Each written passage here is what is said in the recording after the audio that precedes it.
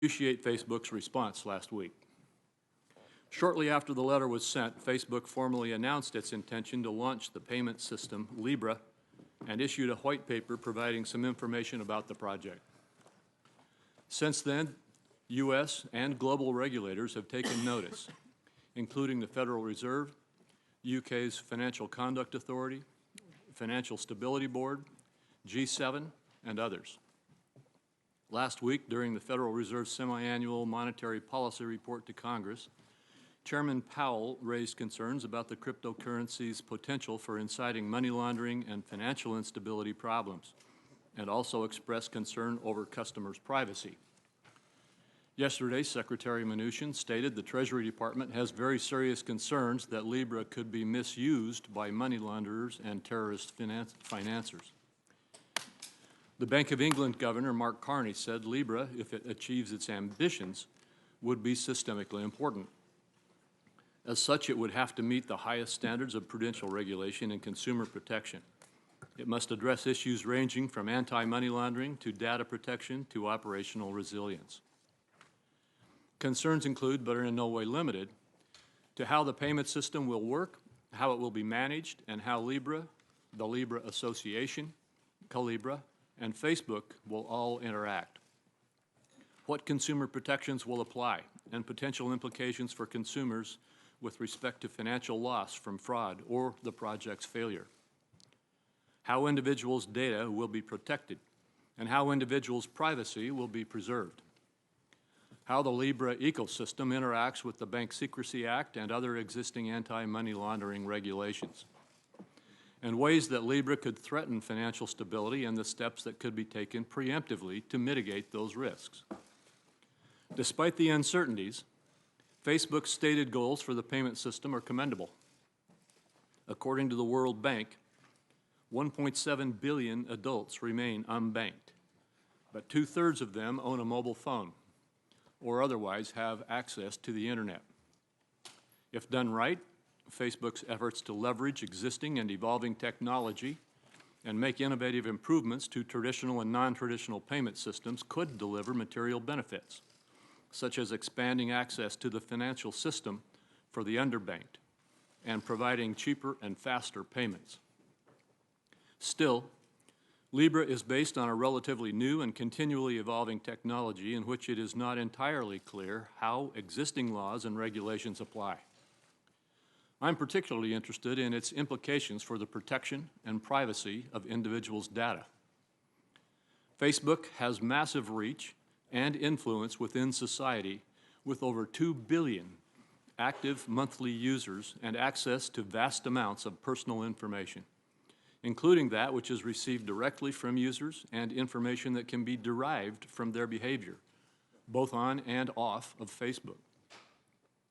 Libre and Libre will only expand this reach by increasing commerce on Facebook Inc. platforms.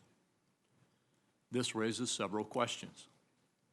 The Banking Committee has held hearings on data privacy, including as it pertains to the European Union's General Data Protection Regulation, data brokers, and the Fair Credit Reporting Act.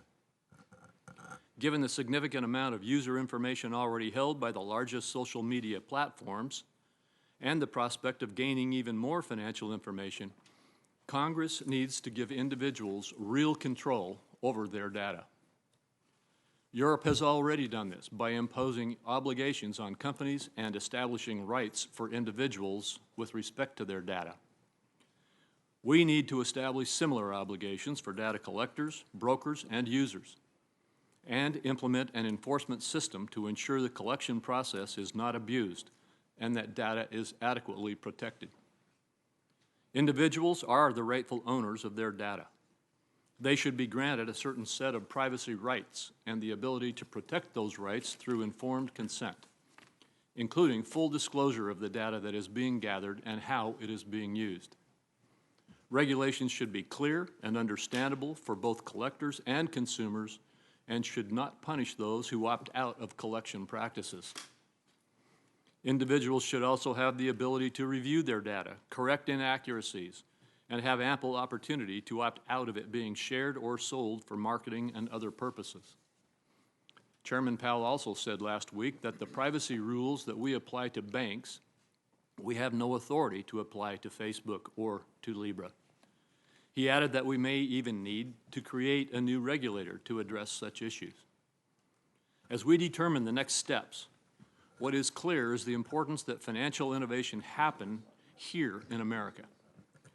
In this way, the Libre announcement has heightened the need for policymakers and regulators to establish clear rules of the road. During this hearing, I look forward to hearing more about Facebook's project, the steps it plans to take and has taken with regulators to ensure compliance with all laws and regulations, and how it intends to ensure individuals' privacy is maintained and information is protected. Senator Brown. Thank you, Mr. Chairman. Facebook is dangerous. Now, Facebook might not intend to be dangerous, but surely they don't respect the power of the technologies they are playing with, like a toddler who has gotten his hands on a book of matches. Facebook has burned down the house over and over and called every arson a learning experience. Facebook has two competing missions: make the world more open and connected and make a lot of money. And as Facebook attempts to serve both these missions, they wreak havoc on the rest of us. Look at its version of disrupting the newspaper industry. Facebook has made it easier to share what you're reading with friends. At the same time, Facebook has redirected most of the media industry's profits away from actual journalists and into its own coffers. They have done it without the benefit of recreating the local news desk, without conducting the hard-nosed journalism that keeps politicians and businesses honest, and without meeting even the most basic journalistic standards. This kind of creative disruption that doesn't actually create anything is just disruption. Or look at the impact Facebook's profit motive has had on the way it connects people. Facebook and other tech companies will tell you the internet just holds up a mirror to society and reflects what we already are. But that's not true. To be profitable, Facebook has juiced its algorithm to hold up a magnifying glass to society rather than a mirror, kind of like the way I learned in Boy Scouts to use a magnifying glass to burn a hole in a piece of wood. Concentrating our focus on the most divisive issues, pushing the most controversial opinions to the top of our news feeds. Usually those are posts that play on people's fear and worst impulses, but they may not be based on any sort of fact.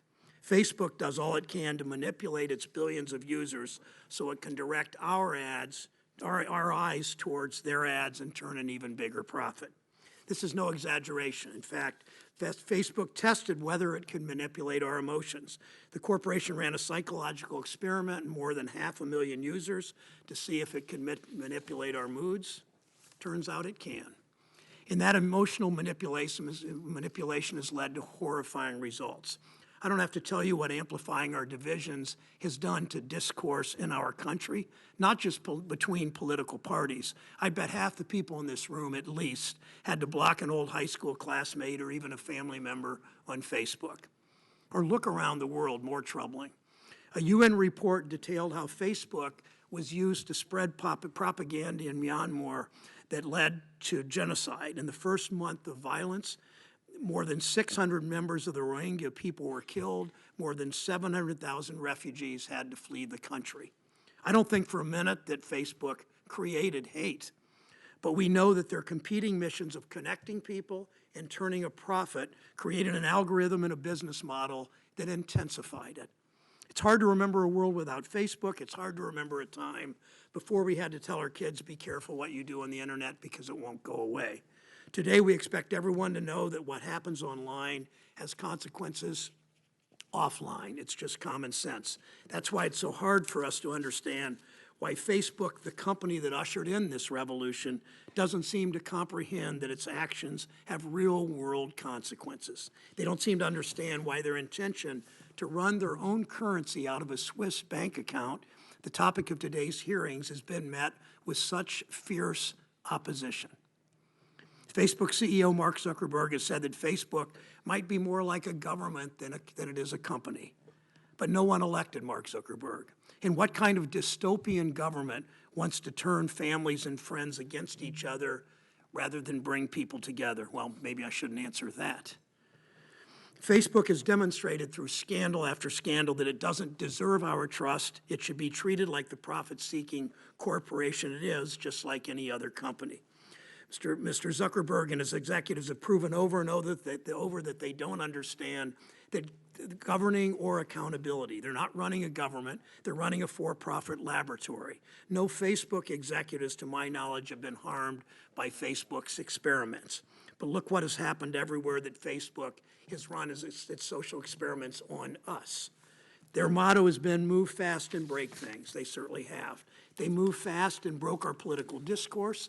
They moved fast and broke journalism. They moved fast and helped incite a genocide. They've moved fast and they're helping to undermine our democracy. Now Facebook asks people to trust them with their hard-earned paychecks. It takes a breathtaking amount of arrogance to look at that track record and think, you know what we really ought to do next? You know what we ought to do next? Let's run our own bank and our own for-profit version of the Federal Reserve, and let's do it for the whole world. I understand that given the financial crisis, and given the massive inequality and unfairness to workers in our country, and given the fact that so many in this body have forgotten what happened 10 years ago, it's tempting to think anyone could do a better job than the Wall Street mega banks. But the last thing we need is to concentrate even more power in huge corporations. Look at Facebook's record. We'd be crazy to give them a chance to experiment with people's bank accounts, to use powerful tools they don't understand, like monetary policy, to jeopardize hardworking Americans' ability to provide for their family. This is a recipe for more corporate power over markets and consumers, and fewer protections for my constituents. Thank you, Mr. Chairman. Thanks, Senator Brown, and we will now proceed with your testimony. Mr. Marcus, you may proceed. Thank you, Chairman. Chairman Crapo, Ranking Member Brown, and members of the committee, thank you for the opportunity to appear before you today. My name is David Marcus, and I'm the head of Libre at Facebook. For most of my life, I've been an entrepreneur building products aiming at improving people's lives. For many years, my focus has been financial services.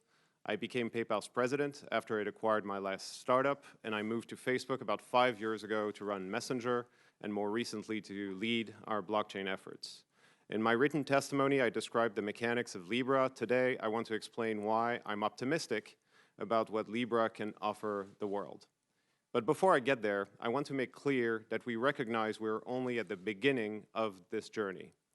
Federal Reserve Chairman Powell has said publicly that the process for launching Libre needs to be patient and thorough, rather than a sprint to implementation.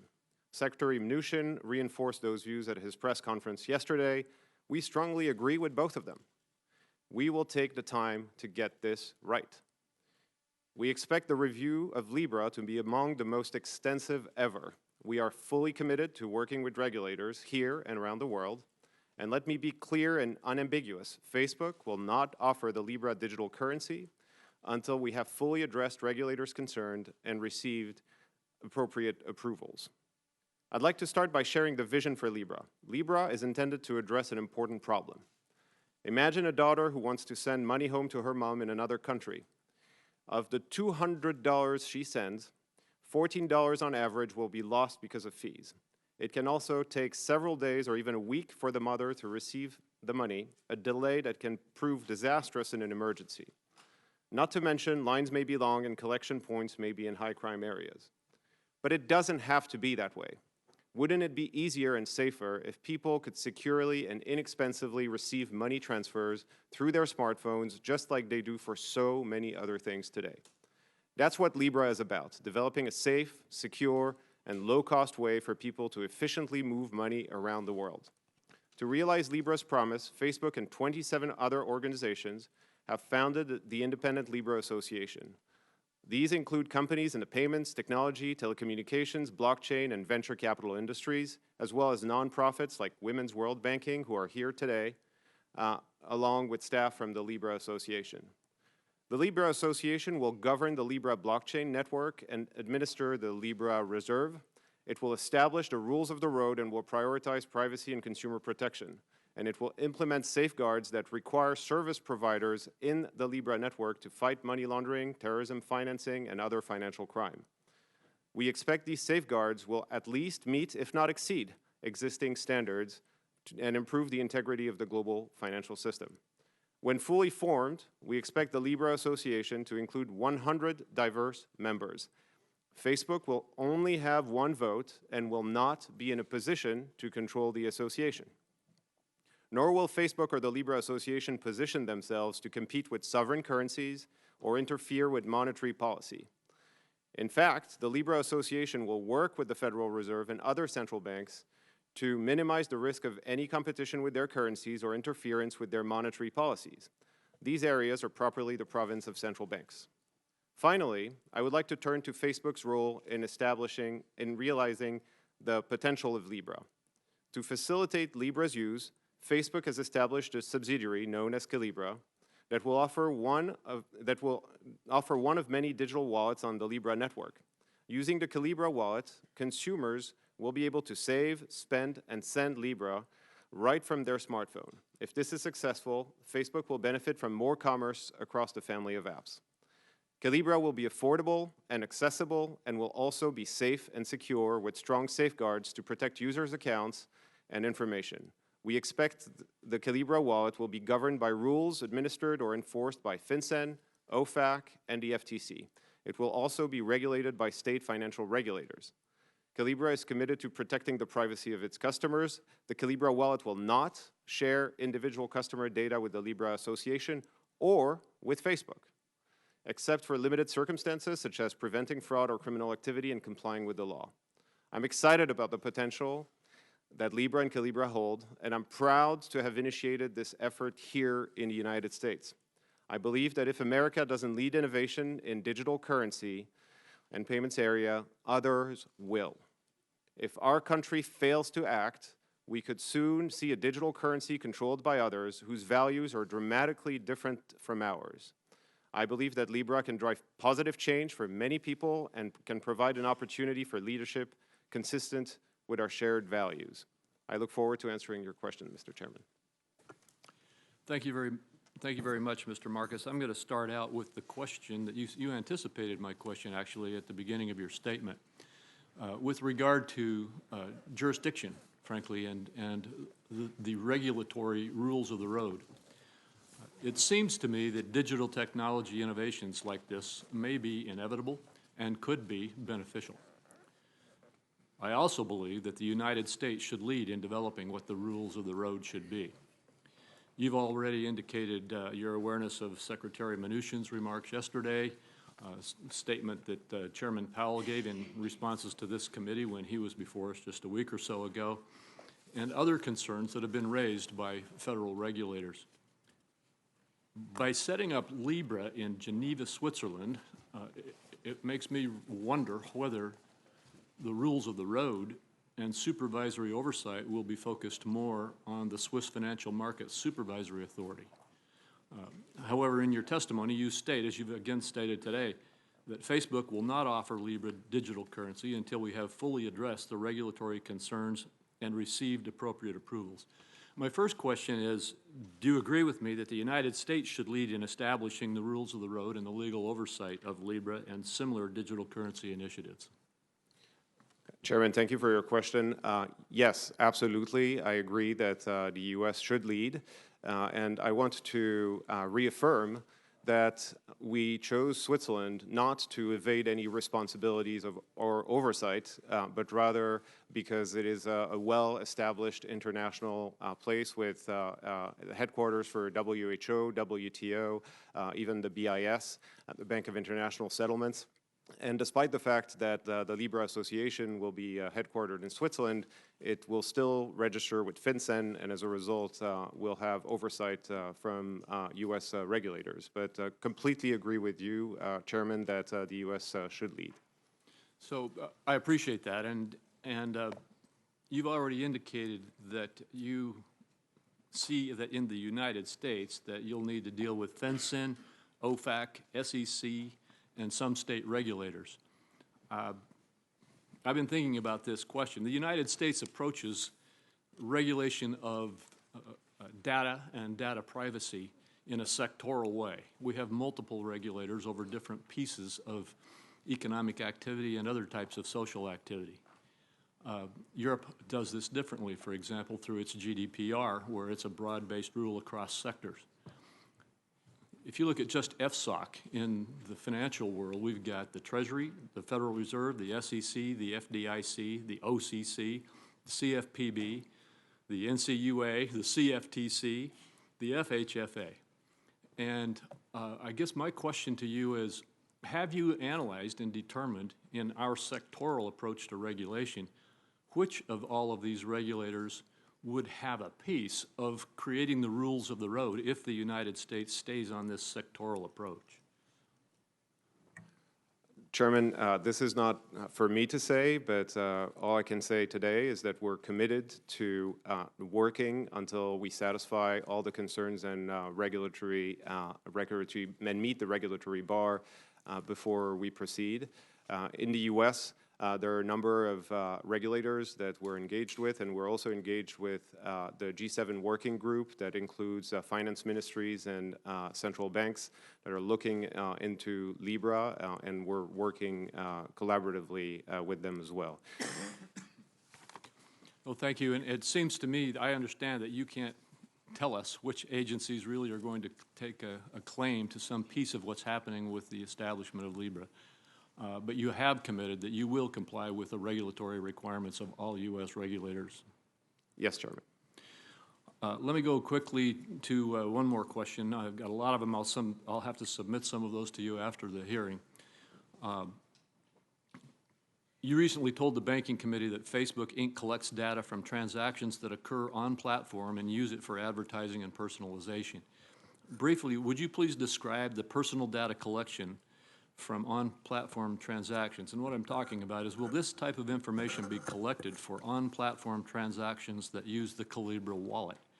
For example, when a user buys a product on Facebook through Libre, will Facebook Inc. allow other digital wallets to be used within its family or products? And if you could, just explain how that will work. Chairman, one thing is really important, and I want to state this very clearly. We will have, with the Libre wallet, to compete with a number of other wallets that will operate on top of the Libre network.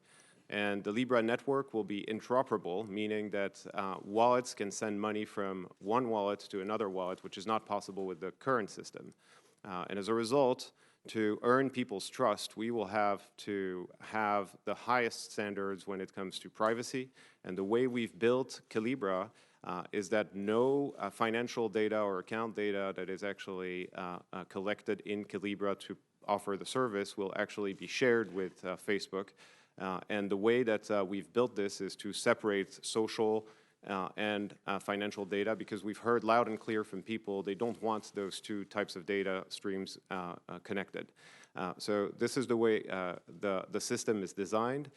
Now, for transactions that would happen on any of our family of apps, the same way that any merchants completing a transaction, we will offer many options, including, of course, the option for people to pay with credit, debit cards, and other wallets, as well as with their Libre wallet. All right, thank you. Senator Brown. Thank you, Mr. Chairman. I point out in response to Chairman Crapo's questions, you're the only one with, you can talk about competition, but you're the only one with a reach of 2 billion people, so that's important to remember. Facebook has a long track record of abusing users' trust. You know that, Mr. Marcus. Until recently, you headed Facebook's messaging team as you were allowing other companies like Netflix and Spotify and the Royal Bank of Canada access and read Facebook users' private messages. So be clear about what went on at Facebook. Facebook told us they were keeping our data safe when they were really allowing other companies to sift through private messages. You had to shut down those programs after huge backlash. Over and over, Facebook has said, just trust us. And every time Americans trust you, they seem to get burned. Facebook told the FEC in 2012 that it would stop abusing our data. And then last week got a $5 billion with a B, $5,000 million fine for violating that agreement. And as we know, you've even run psychological experiments on users. So sitting here today, Mr. Marcus, after all the times Facebook has abused the public's trust, and you know that, do you really think people should trust Facebook with their hard-earned money? Yes or no? Senator, you heard it directly from Mark, and I will reiterate this, that trust is primordial. I didn't hear it directly from Mark. I'm hearing it from you. Trust is primordial, and we've made mistakes in the past, and we have been working and are continuing to work really hard to get better. And we've invested in a number of programs, notably on privacy, election integrity, and a number of other issues. But I want to answer your question directly for Libra. The reason we designed Libra in such a way that Facebook will only be one among 100 different members of the Libra Association and will have no special privilege means that you will not have to trust Facebook. Well, but Mr. Marcus, you know better than that. You know that only Facebook has access to 2 billion people, and to say that you are just one of many is simply not true. After people's data and private messages have been stolen and sold, after you've let Russian bots try to throw the 2016 election with no contrition, I might add, after you've abetted genocide in foreign countries, you really think people should trust you with their bank accounts in our economy? I just think that's delusional. Let me ask a related question. If you think hardworking families should trust Facebook's monopoly money, I'd like to see how much you and your company trust it. You get a paycheck in dollars, I assume.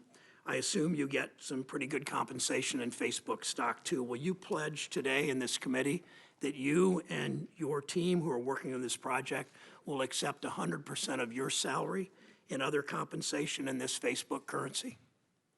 Senator, Libra is not designed to compete with bank accounts or to compete with those things. The question is, will you accept all of your compensation in this new currency that you want us to trust you so much?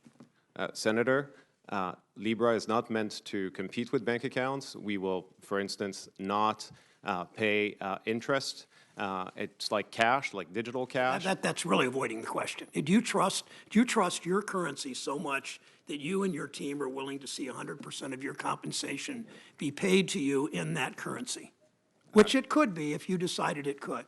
Senator, if your question is whether I would trust all of my assets in Libra, the answer is yes, I would, because it is backed. My question was, and my pay. Do you trust this enough to make your compensation paid fully in your currency?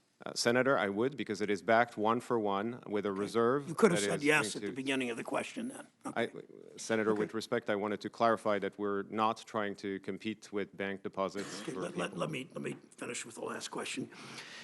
You said you're open to Facebook about your company creating, you've said that you're open to feedback about your company creating a new currency.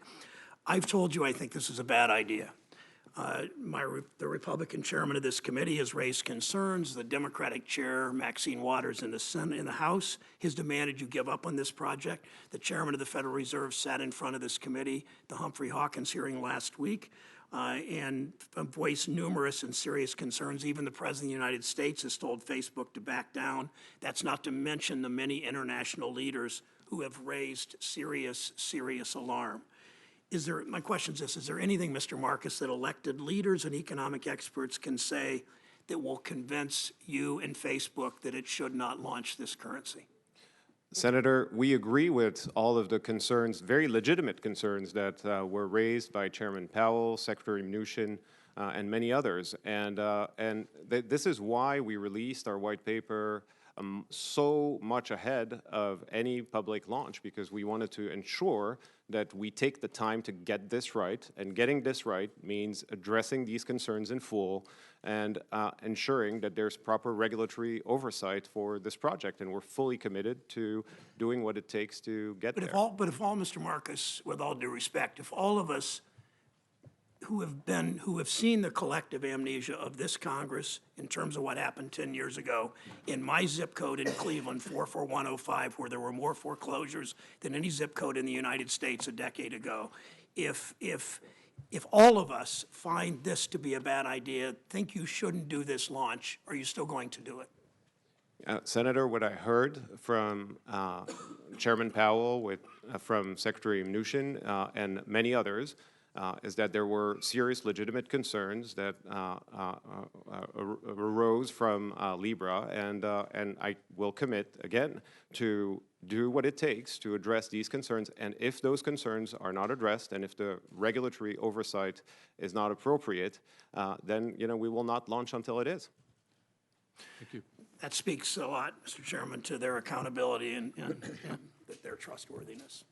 Thank you. Senator Toomey. Thank you, Mr. Chairman. Thank you, Mr. Marcus, for joining us. Let me just say, it strikes me as wildly premature for us to come to the conclusion that we have to act now to prevent what could be a very constructive innovation in financial services. I think there are tremendous potential benefits in blockchain technology and cryptocurrencies. I can imagine, I think it's clear they could help us lower payment transaction costs. They could facilitate access to capital. They provide pseudonymity. They could provide levels of security that other forms of currency have not. Limited pickup as a medium of exchange might be explained partly by the volatility of these cryptocurrencies. And here we have what strikes me as an interesting iteration, maybe, including a mechanism to provide a diminished volatility, which is backing it with a basket of currencies.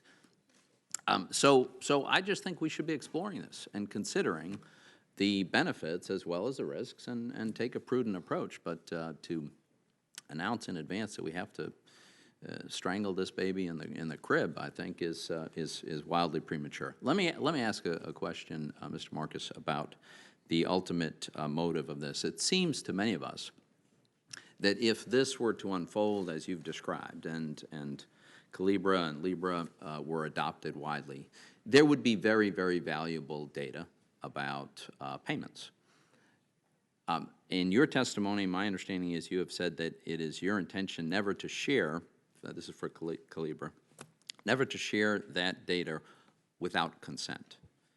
So is it the business model, is it the plan to, at some point in the foreseeable future, seek the consent of the participants so that you would be able to commercialize that data somehow?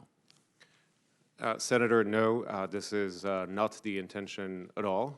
The plan, as far as Facebook is concerned, to monetize Calibra and this initiative is actually to enable the 90 million small businesses that are currently on the Facebook platform and the many users that are on the platform as well to engage in more commerce together. And if they engage in more commerce, there will be more advertising spend from those small businesses. That would be a first indirect effect of having Calibra and the Libre network be successful. And then over time, what we hope is that through the Calibra wallet, we can offer more services in partnerships with existing banks and financial services companies to drive new revenue streams for the company. So the intent is never to even seek the consent of the consumer with regard to that payment data, to consent to commercialize it? Senator, I can't think of any reason right now for us to do this. My understanding is that the basket of currencies invested in very liquid, high-quality assets that is used as the to provide the intrinsic value of this currency, there would be presumably income from that. We've got a lot of negative interest rates around the world, but let's assume that we've got more positive interest rates than negative. That generates a revenue stream. And I think from your testimony, the intent is to use that to cover some various costs. But at some point, that could become very, very substantial. And I saw a reference to paying out dividends to the founders, the original investors, but this is also described as a not-for-profit. So it strikes me as odd for a not-for-profit to generate what could be huge income and then distribute it to the investors. That sounds like a for-profit. And so one possibility is you could pay dividends in Libre to reflect the value of the income from the underlying assets. But could you explain how paying potentially unlimited dividends to the investor is not a for-profit operation? Yes, Senator, thank you for your question. First, I want to address the fact that Libra doesn't pay interest because Libra is like cash and is mainly going to be used as a payment instrument. And as far as the interest and the non-for-profit question goes, the way that this is structured is that it will have some income that is actually targeted towards paying the operating costs of the association and potentially returning some return to all of the organizations that will invest in the ecosystem to make it happen. But the plan is not for this income to be, unlimited and to be, all of the income going back to investors. Obviously, we will need to find a way over time to create new pools of incentive that go back to people and businesses using the Libre network. And this is part of the conversation we're notably having on how to manage the reserve and the returns and how to have appropriate oversight on the reserve with this working group that the G7 organized with central banks, finance ministries, and the FSB. And I believe that the reserve will require very specific oversight and regulatory framework in order to ensure proper management. Thank you, Mr. Chairman. Senator Tester. Thank you, Mr. Chairman. Ranking Member Brown, thank you for being here today. David, I appreciate you being in front of the committee. I have some concerns, a number of concerns, one of them being consumer security. In cryptocurrencies like Bitcoin, transactions are final. That means if somebody gets hacked, if somebody steals Bitcoin, there's not much I can do about it. On the other hand, if somebody steals funds from a bank account or makes fraudulent charges on a credit card, the consumer, for the most part, almost always, is held whole by the institution. How will Libre handle theft? Senator, I can speak for the Calibra wallet, and the Calibra wallet will offer consumer protection against fraud and account recovery the same way that the leading wallets today out there and financial services company provide customer protection. Okay, so in a situation where a fraudulent charge has been made with my account, you're saying that Calibra will make the consumer whole, correct? That is correct, Senator. Is that immediate? Will that be immediate? So, okay, and will it be without question? So what I'm asking is that I pull out my driver's license, my credit card falls on the ground, that's really my fault. But when they take that credit card to Cleveland, Ohio and buy hoverboards with it, the bank always makes it fine, okay? The question is and it's immediate. Will it be immediate in your case? Yeah, Senator, we will do our best to resolve those types of issues and claims as fast as possible, and we're investing heavily in 24/7 live customer support when it comes to the Calibra wallet to ensure that we can resolve those issues for I think our customers. it's critical that that is resolved before it goes live. So when I deposit money into a bank, I am very confident that I can withdraw it from that bank. Okay, my grandfather was not, by the way, and that's why even on these homesteads that are around, every once in a while, you'll find a glass jar full of money because they didn't trust the banks. It was only when we got deposit insurance that the banks had the kind of faith. What kind of faith do we have in Libre? Thank you for your question, Senator. Libra is actually going to be backed by a reserve, one for one, so it's not ever going to be a fractional reserve. Okay. And as a result, it is designed to be stable and retain its value. I got that. So in 2008, as the ranking member pointed out, there was a run on the banks. There were some big companies that went belly up, including 157 banks, Lehman Brothers, WAMU, Bear Stearns, and others. Nobody anticipated there would be a run like there was. Nobody. How can you assure us? And by the way, I still felt confident that my money was safe in my bank. How can you make those assurances? How can you do it when we're talking about a for-profit entity, whether it's called nonprofit or not? It's a for-profit entity. You're not doing this just for the fun of it. how can we be assured that our money is going to be there? Senator, when it comes to Libra, because the reserve is actually 1-for-1 and not fractional, the issue we've had in the events that you highlighted were because some of these institutions didn't have the appropriate reserves. Didn't have, okay. And we also want the appropriate regulatory oversights to ensure that anyone will have the ability to understand how big the reserve is and how many Libra coins, if you will, are in circulation at any given point in time to rest assured that the value they hold is backed at any given point in time with the same amount in the reserve. So when we met last week, and thanks for coming in, by the way, the reserve question has to be answered, and it has to be something, by the way, that's not up to you guys to determine what that reserve is, because when times get tough, stuff happens, okay? And so there has to be that kind of reliability there for that. Otherwise, we're in no different situation than we were as we went into the 1930s, because you are a big outfit. Just let me, there's been a lot of comments about Facebook today that's brought up about some of the stuff that's happened on Facebook that hasn't been meritorious, and I'm being generous. And it's true. And it has to do with bad actors, because quite frankly, there's people on Facebook that are doing stuff all the time that have a different agenda than right and good and mom and dad and apple pie and Chevrolet, okay? How are you going to prevent bad actors from using the application? And the past performance with Facebook has been not that aggressive. Let the money come in, we'll worry about it later. And it has had some pretty negative impacts on a lot of stuff worldwide. Tell me how you're going to prevent bad actors from using this, and then I'll shut up.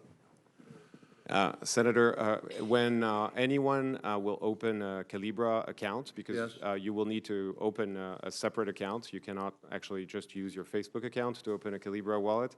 You will have to authenticate and upload your government-issued ID. As a result, we'll have real identity on top of the Libra wallet, and we will have systems and a dedicated team to prevent fraudulent activity and, of course, to meet our requirements of anti-money laundering and counterterrorism funding monitoring. It's a huge issue, and I think it would benefit this effort if Facebook did a better job right now doing exactly what you said. Thank you for being here.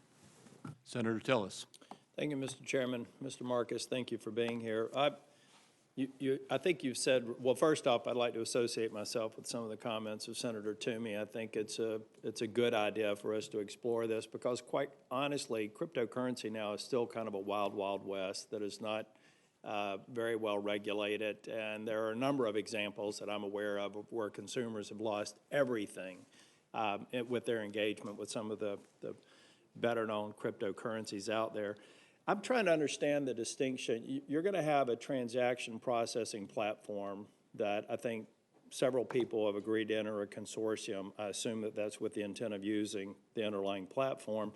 You're not creating something that's at the expense of credit card companies or other wallet platforms on the internet. Is it a facilitator for those and take all comers, assuming that they're trusted payment platforms? Yes, Senator, and I want to stress that both Visa and MasterCard are taking this journey with us, as well as PayPal and Mercado Pago and Coinbase and a number of other wallets. But I want to also stress that you don't have to become a member to accept Libra as a form of payment or to build services on top of the Libra network. Well, that's what I was trying to get at. There's a distinction between the currency, which would be a Libra, and the underlying infrastructure you're providing to facilitate payments. Is that correct? That is correct, Senator. Now I want to get to something that I think you all have to get right. I'd love to, first off, what kind of capital investment are you all projecting? If you're hoping to launch it next year, I assume you've got a pretty exhaustive implementation plan in place. What kind of capital investment are y'all looking at to put in the underlying infrastructure? Senator, I think that's one of the reasons why Facebook is an appropriate sponsor as well, is we have the resources to innovate and we're ready to put those resources to build valuable tools for people, and that's what we're going to do here. We haven't determined exactly how much we are going to invest, and this is a process that... So the consortium would be a part of the investment? Yes, every member senator will have an opportunity to invest and participate in funding the network. I think something that would be very helpful for this committee and maybe other members is to get really a briefing on the entire stack here. I think you said repeatedly you're not a bank. You're not going to hold deposits. You can't have a run in a traditional sense. I understand what you're doing with the reserve, I guess, for transactions and process. I think it'd be very helpful for the committee members and staff to understand that. So a briefing of that type would be what I've been able to study on the internet. Is fairly limited in terms of really understanding the stack and then understanding what parts of the stack probably should be subject to some sort of regulatory oversight.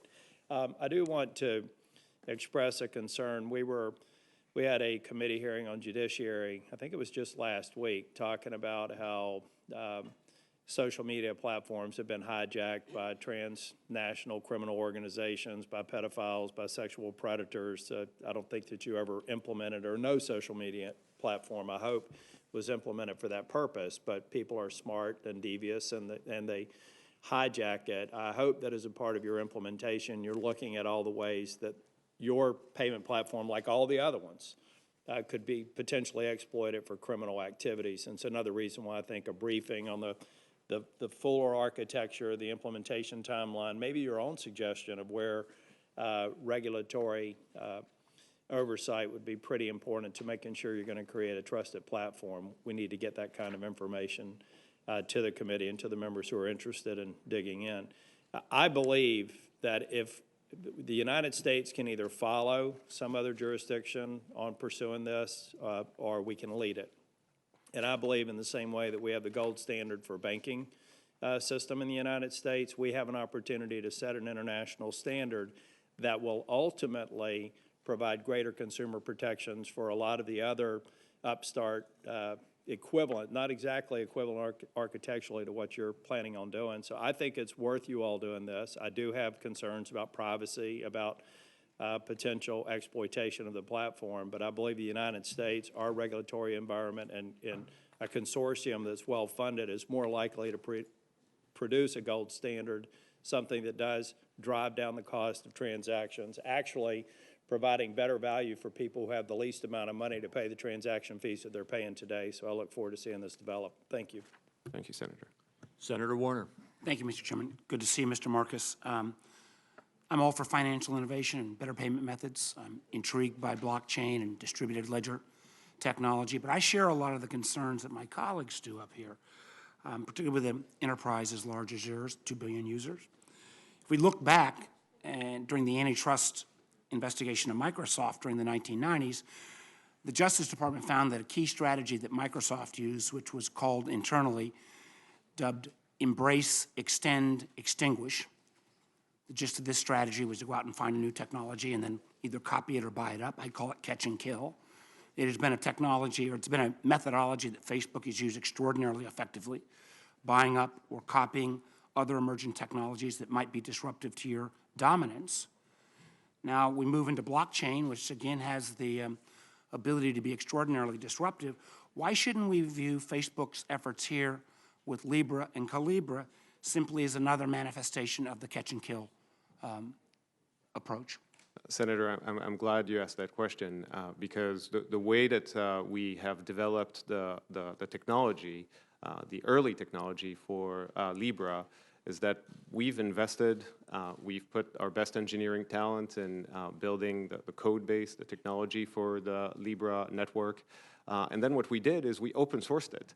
And as a result, it doesn't belong to us anymore. It is now belonging to the community, and they will help build the code, and we will relinquish our control over both the code base and the network through the process. Well, let me follow up then. Because will you commit that Facebook will not develop preferential incentives that unfairly tie Libre, which is going to be your money-making venture, to other Facebook products as a way from prohibiting or Libra users to use wallets other than Libre. Senator, I'd even go further, which is that not only have we started the technology and shared it in open source, but the network is actually completely No, that's not the question. The question is incentives within your existing products. You didn't answer Chairman Crapo's question, where he said, with your dominance, how do you make sure that your already existing global platforms like WhatsApp and Messenger will actually support third-party wallets? Will you at least clarify your answer to Chairman Crapo's question and say Facebook will make sure that WhatsApp and Messenger will support third-party wallets? Senator, Yes or no? Senator, I want to clarify because there's a nuance. Not clarification. This is fair. You didn't answer Chairman Crapo. Please answer my question. Senator, the network is interoperable, meaning that people who are using the Libra network from within WhatsApp will be able to send and receive from other wallets that are not Calibra wallets. So if a user wishes to use, a Facebook user wishes to use a wallet other than Calibra, will you make it easy to allow the export of their keys, their financial data, and other Calibra data? If somebody started as a Calibra data wallet user but decided, I don't want Calibra anymore, I want to go to Nuco, will you make it easy for them to move their keys, their data, their financial information all over to that other third party? Absolutely, Senator. So so right there you've agreed on data portability and potential interoperability in terms of the use of these wallets. So my hope will be you'll have that same approach when I lay out my legislation for data portability and interoperability on existing platform use. So I hope your commitment on Calibra will extend to your current applications as well. Can I get a commitment there as well? I cannot commit for other parts of the company. Well, I appreciate your team who has been willing to work with us, but it would be really great if you go ahead and make that same commitment on Facebook basic products, because if we want to bring in competition, you've got to have that data portability, interoperability. But at least on Calibra, you are on the record as making sure that you will put no barriers in place to moving from one wallet to another. Senator, we believe that this is actually primordial for the Libra network, that consumers have the ability to move from wallet to ensure that there are good competitive dynamics that work in favor of consumers. We really believe that. And so, again, I'll come back again to Chairman Crapo's question about your globally dominant platform products already in terms of WhatsApp and Messenger. They will support third-party wallets other than Libre. Senator, I want to clarify, which is that... And every time you start with, I want to clarify, gives me great level of pause. Chairman Crapo's asked the question, I've asked the question. Seems to me pretty simple. WhatsApp and Messenger, globally dominant products. Will they support third-party wallets, or will they have incentives that will push people to simply using the Facebook product, Libre? So this is why I want to clarify, Senator, if I may, because it's a nuanced answer. If your question is whether we will embed other wallets inside of WhatsApp and Messenger, the answer is no. If you're asking whether other wallets will have a full interoperability, meaning that you don't have to use the Calibra wallet inside of Messenger and WhatsApp to be able to send or receive money to people who are using the Calibra wallet inside of Messenger and WhatsApp, the answer is yes. Embedding is different than putting preferential treatment and preferential areas. I didn't get to the questions around third-party developers having some concerns about giving access. But again, Mr. Chairman, I think some of your questions that you've asked is one of the reasons we're going to need to take a great deal of time to work this through. Thank you, Mr. Marcus. Senator Rounds. Thank you, Mr. Chairman. Mr. Marcus, thanks very much for appearing here before us today. Before I begin my questions, I just want to take a moment to commend the South Dakota Division of Banking for their forward thinking and willingness to allow for innovation in the digital currency space. Another founding member of the Libra Association, Anchorage, just received permission from the Division of Banking to become a South Dakota chartered trust company. Thanks to the business-friendly climate in my state, Anchorage, which is a Silicon Valley crypto vault company, has chosen to open its second headquarters in Sioux Falls, South Dakota.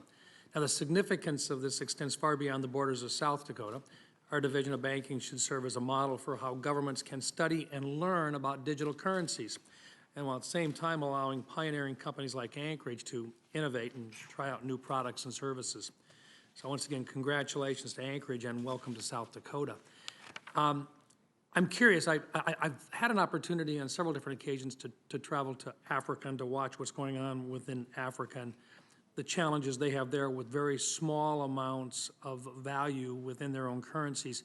And yet on a day-to-day basis, there's literally millions of people there that look to buy very small incremental items on a day-to-day basis. They don't have any type of a product out there today really that works well that's internationally based. Can you talk a little bit about what you see in other countries, the direction they're going, and what the opportunities are for this type of a platform to allow a very simple and inexpensive way to transact for values received or currencies or products, commodities, and exchange without a high cost of doing so? And just a thought in that regard. I haven't really heard that discussed yet today. I appreciate your question, Senator.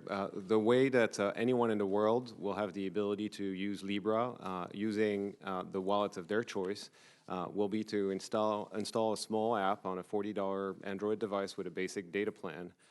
And from that point on, have the ability to move from the cash economy to the digital economy and benefit from having the ability to transact, not only domestically but internationally at very low or no cost, and benefit from services that will be built on the Libra network by other companies as well. And as a result, we really hope, and this is our ambition, that we can lower the barriers for access to modern financial services and massively lower costs for the people who need it the most.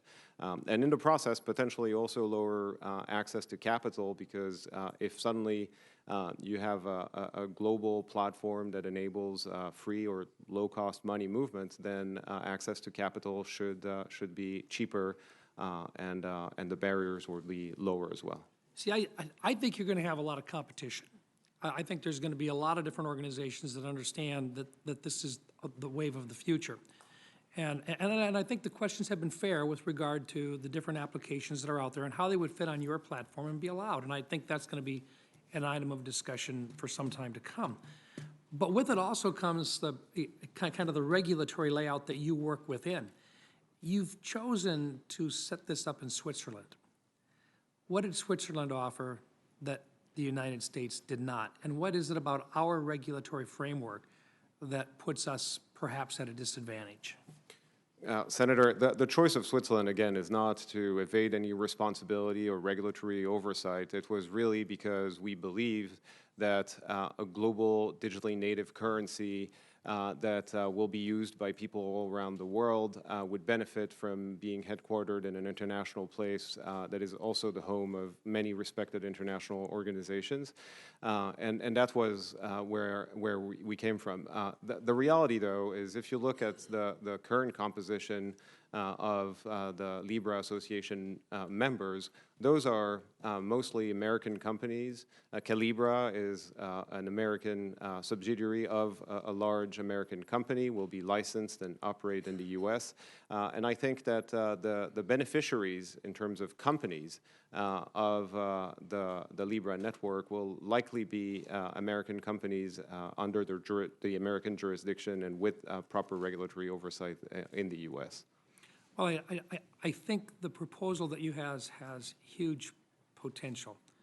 And I think the challenges for the transaction of the exchange for services and so forth today still has lots of obstacles to be overcome, including that of security and privacy. But nonetheless, we're going to look forward to observing and participating in this, because I really do think it's the wave of the future. And as Senator Tillis said, we are either going to be responding to it, or we can be actively involved in learning from it.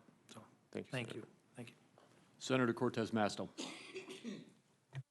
Mr. Marcus, thank you very much. We appreciate you being here. And answering the questions. This is obviously very, very innovative for all of us, and it's exciting. But I do have a couple of questions to see if you've thought through some of the concerns I think many of us also have. And one of them for me in particular is because something I dealt with as Attorney General of the state of Nevada is the issue of money laundering.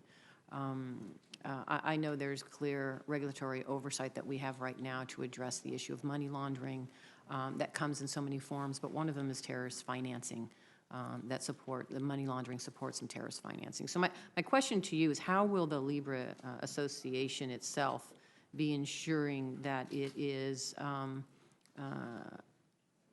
guarding against any type of money laundering activity? Have you thought about that?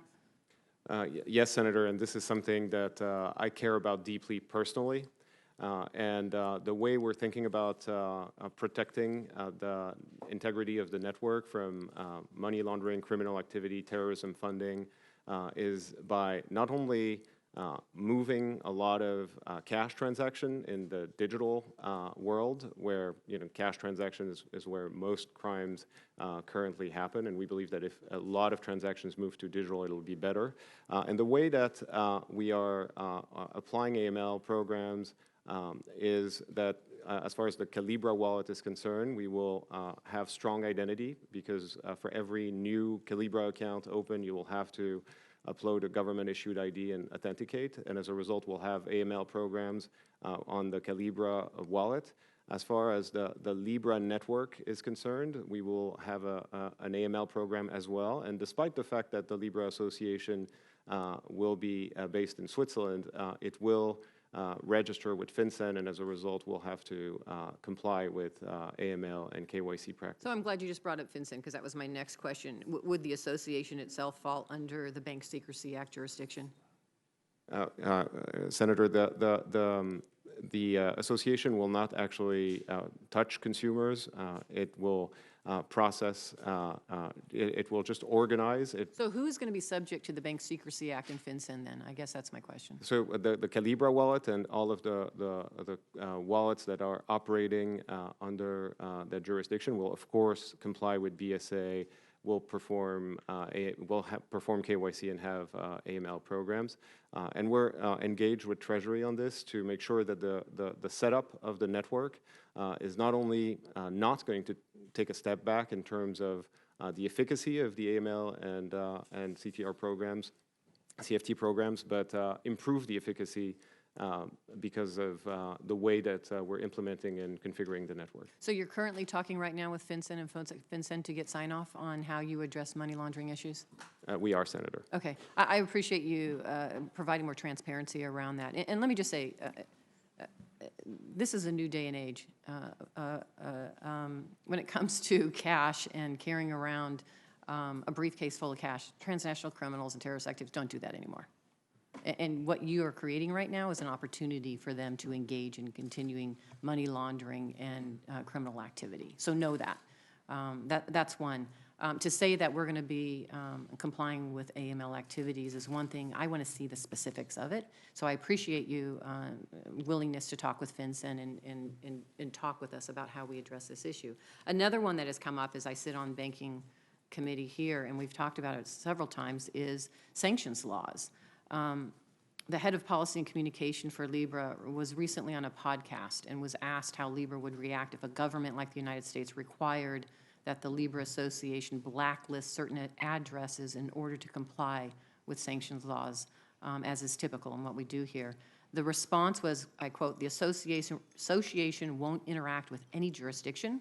It will instead leave that to the entities that provide an on and off ramp to Libra, the currency." Can you clarify that? How are we supposed to address this issue when it comes to blacklisting and sanctions laws?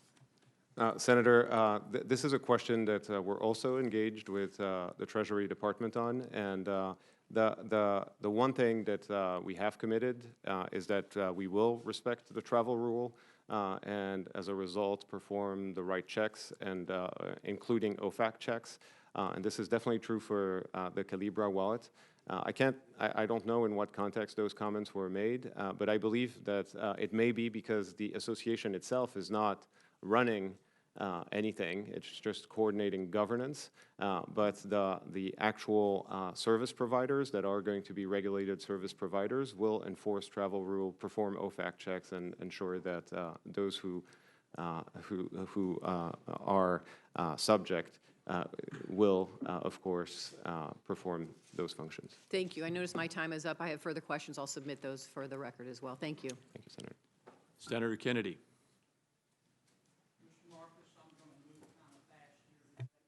Mr. Markers, I'm going to move kind of fast here today, so I apologize in advance if I interrupt you. We only have 5 minutes. I want to first agree with a lot of the comments that Senator Toomey made. We need to encourage innovation, but I want to explore today the underpinnings of Libre.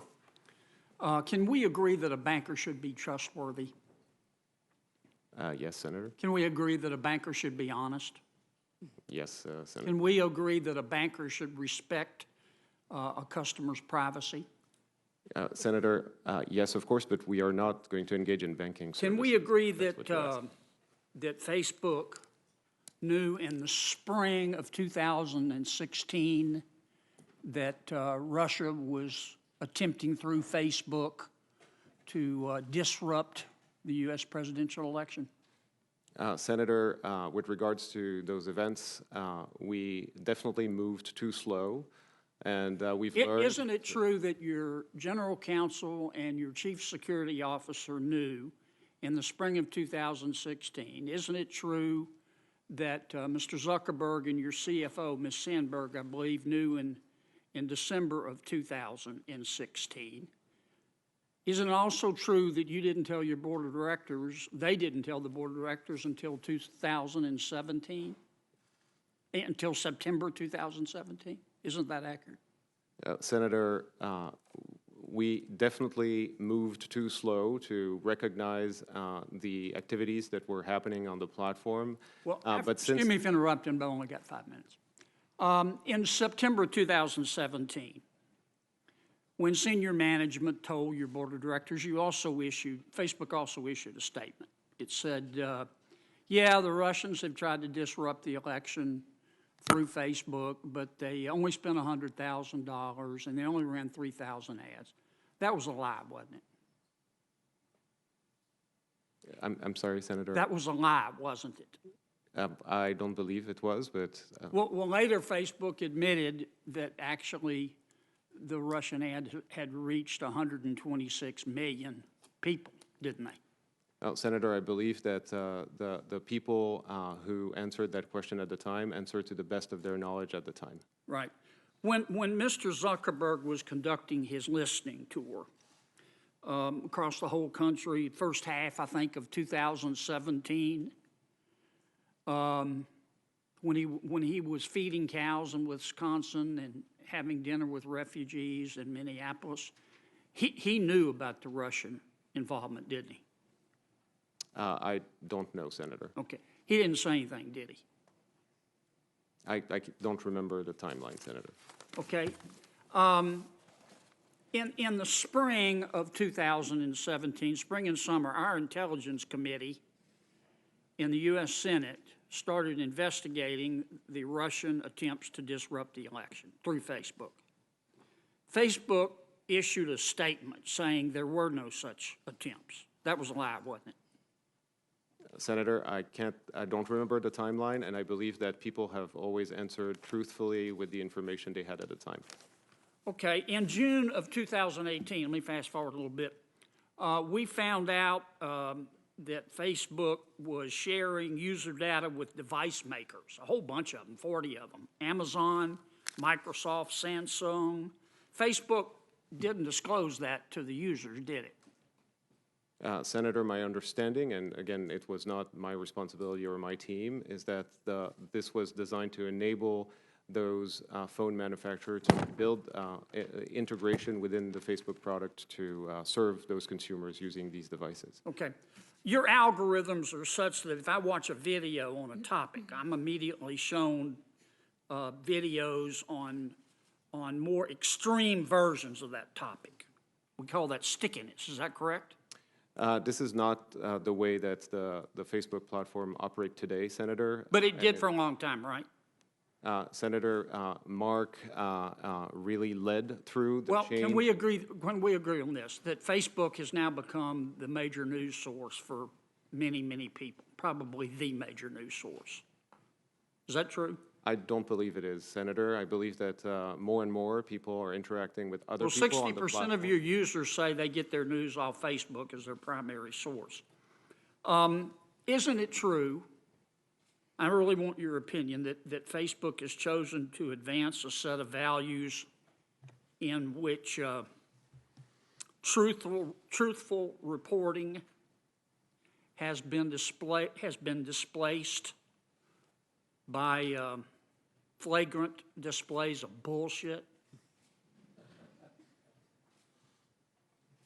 I don't know how to answer that question, Senator. Okay. Well, here's my last question, and I agree again with Senator Toomey. I have great respect for Facebook, but Facebook now wants to control the money supply. What could possibly go wrong? Senator, we will not control either Libra, the currency, or the association, and we agree that no company should control such a network or digital currency. I'd like a second round if we could, Mr. Chairman. If we have time, I will be glad to do that for senators who so wish. Senator Smith. Thank you very much. Welcome. So I got a lot of questions about this. You'll understand the level of skepticism that you see here, and I appreciate you being here to answer our questions. I want to try to understand a little bit better this association. So the Libra Association expects to have you think about 100 founding members who together you say will be making decisions about investment strategy and regulatory compliance and social impact goals. Who's in charge? Senator, the way that the governance of the association works is that you'll have this council of 100 or more members that will make decisions and will elect a board that will be between 5 to 19 members, and that board will then, of course, elect a managing director, and the association will have a staff to perform the governance function that it is supposed to look after. You know, in the United States Senate, we also have 100 members, but it's clear who's in charge. Mitch McConnell is in charge. And so I'm trying to understand in this sort of... I thought it was shared. Chair Crapo is in charge of this committee. Oh, it's shared. I'm trying to understand, like, in this sort of, you described sort of almost a consensus building. Will decisions be made on a consensus basis? I understand that there's some sort of a 2/3 majority, but help me understand how decisions get made. Of course, Senator. The decisions are basically, the structure of the governance is one where there are certain things that should be really hard to change. And those are important things to the spirit of how the network is supposed to operate, the spirit in which the reserve is supposed to operate. And I believe that when it comes to the reserve, by the way, we will need appropriate regulatory oversight. So would there be like a constitution or a body of rules that would be agreed to ahead of time that would guide the decision-making? Yes, Senator, and it will be made public. And how do you parse out kind of minority rights versus majority rights on this board? As it stands, the way that it's starting, every member, if we have 100 member, will have an equal voice at the council. But what if there's a disagreement and there's, you know, is the minority then just automatically overwhelmed by the majority in this board? It will depend on the type of decision. Not all decisions will need supermajority to reach a consensus, Senator. So it seems to me possible in any board, in any group of humans, people develop coalitions, and it just seems to me that there's a big question about how, you know, every voice is going to be heard in this incredibly powerful association headquartered in Switzerland. Is this board like a corporate board in the sense that, what if there were conflict of interest that developed? We hope that we'll avoid conflicts of interests, of course, Senator. But again, we have a lot of work to do. between now and the launch. And this is why we shared our white paper early on, to get all of the feedback and the input and ensure that we can address all the concerns, get proper regulatory oversight. And part of that is also going to be governance of the association. Well, I think these are really, really important questions because we're imagining this association headquartered in Switzerland. It would have amazing power over the financial health of this country, over my constituents, and over, so I think these questions of accountability are extremely important. Let me ask, switch topics a little bit. What's the long-term business opportunity for Facebook here? Senator, two business opportunities. One is really the ability for the 90 million small businesses and the many users we have on the platform to transact with one another. So as a result, more commerce on the Facebook platform and our family of apps. And if there's more commerce, there will be more advertising revenue for Facebook. So that's one indirect effect of enabling. More commercial activity on Facebook equals more money for Facebook, more money. Yes, Senator. Yeah. And the other part of it is if we earn people's trust with the Libre wallet and they decide to use it over time, we can offer, in partnerships with financial institutions and banks, other services that will be new sources of revenue for the company. So competing on wallet, getting a bigger market share of wallets. But it seems to me, I know I'm out of time, Mr. Chair, but it seems to me that what Facebook is really good at is figuring out how to monetize people's personal data, not only the data that Facebook gets directly, but the ambient data that Facebook collects through all of the many, many millions of activities that we take every year. What Facebook is really good at is capitalizing literally on that data. And so I have to say I'm not reassured by your statement that you can't see any reason right now why there wouldn't be data sharing between these platforms. I have some additional questions for the record, Mr. Chair. Thank you. Thank you. Senator McSally. Thank you, Mr. Chairman. Mr. Marcus, I don't trust Facebook. And it's because of the repeated violations of your users' privacy, repeated deceit, and I am not alone, as you know. In 2011, there was a consent decree with the Federal Trade Commission related to your privacy practices. So that's where it started there with investigative bodies, but it hasn't ended. Even after that consent decree, Facebook is under investigation again. And FTC has approved a fine for about $5 billion just recently because of your repeated violations of your users' information. For example, without users' permission, sharing personal profile information with outside software developers, selling that off again, data breaches, allegations that you've repeatedly changed users' privacy settings without notice. The SEC, of course, is also investigating events surrounding the sale of personal information from Facebook. The New York State's Office of Attorney General has an investigation into unauthorized collection of 1.5 million Facebook users' email contact databases, on and on and on. There's allegations of bugs that, oh, sorry, we didn't mean to allow them to download photos, and it's one after another after another after another. So I don't trust you guys. So instead of cleaning up your house, now you're launching into another business model with Libre here, and you've got documents that talk about your privacy commitment for Libre. So in that privacy commitment, you say that you won't be sharing account information or financial data with Facebook or any third party without customer consent. So how do we know that this isn't going to change, and how do we know you're actually going to do that based on your track record of failing and violating and deceiving in the past? It's a totally fair question, Senator, and I want to answer it in two parts.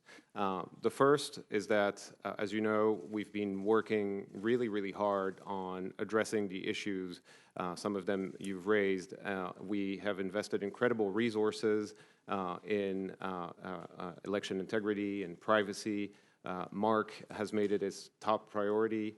And we will continue to do that until those issues are fully resolved and addressed to satisfaction. On the Libra side, we have designed this network in such a way that Facebook doesn't and won't control it or the currency, and that there will be plenty of competition.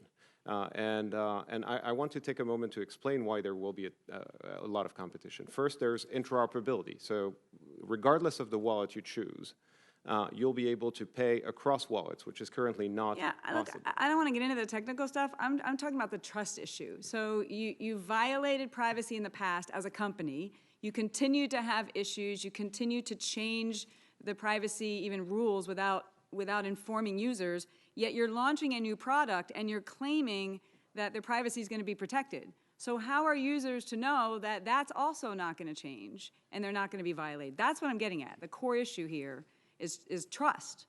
And Senator, the point is really that people can get all of the benefit from this network without using our wallet, and I know that we will have to earn people's trust for a very long period of time in order to get the benefit of them wanting to use the Libre wallet instead of any of the other wallets they'll have the choice of using. So let me follow up also. I know Senator Toomey asked a question.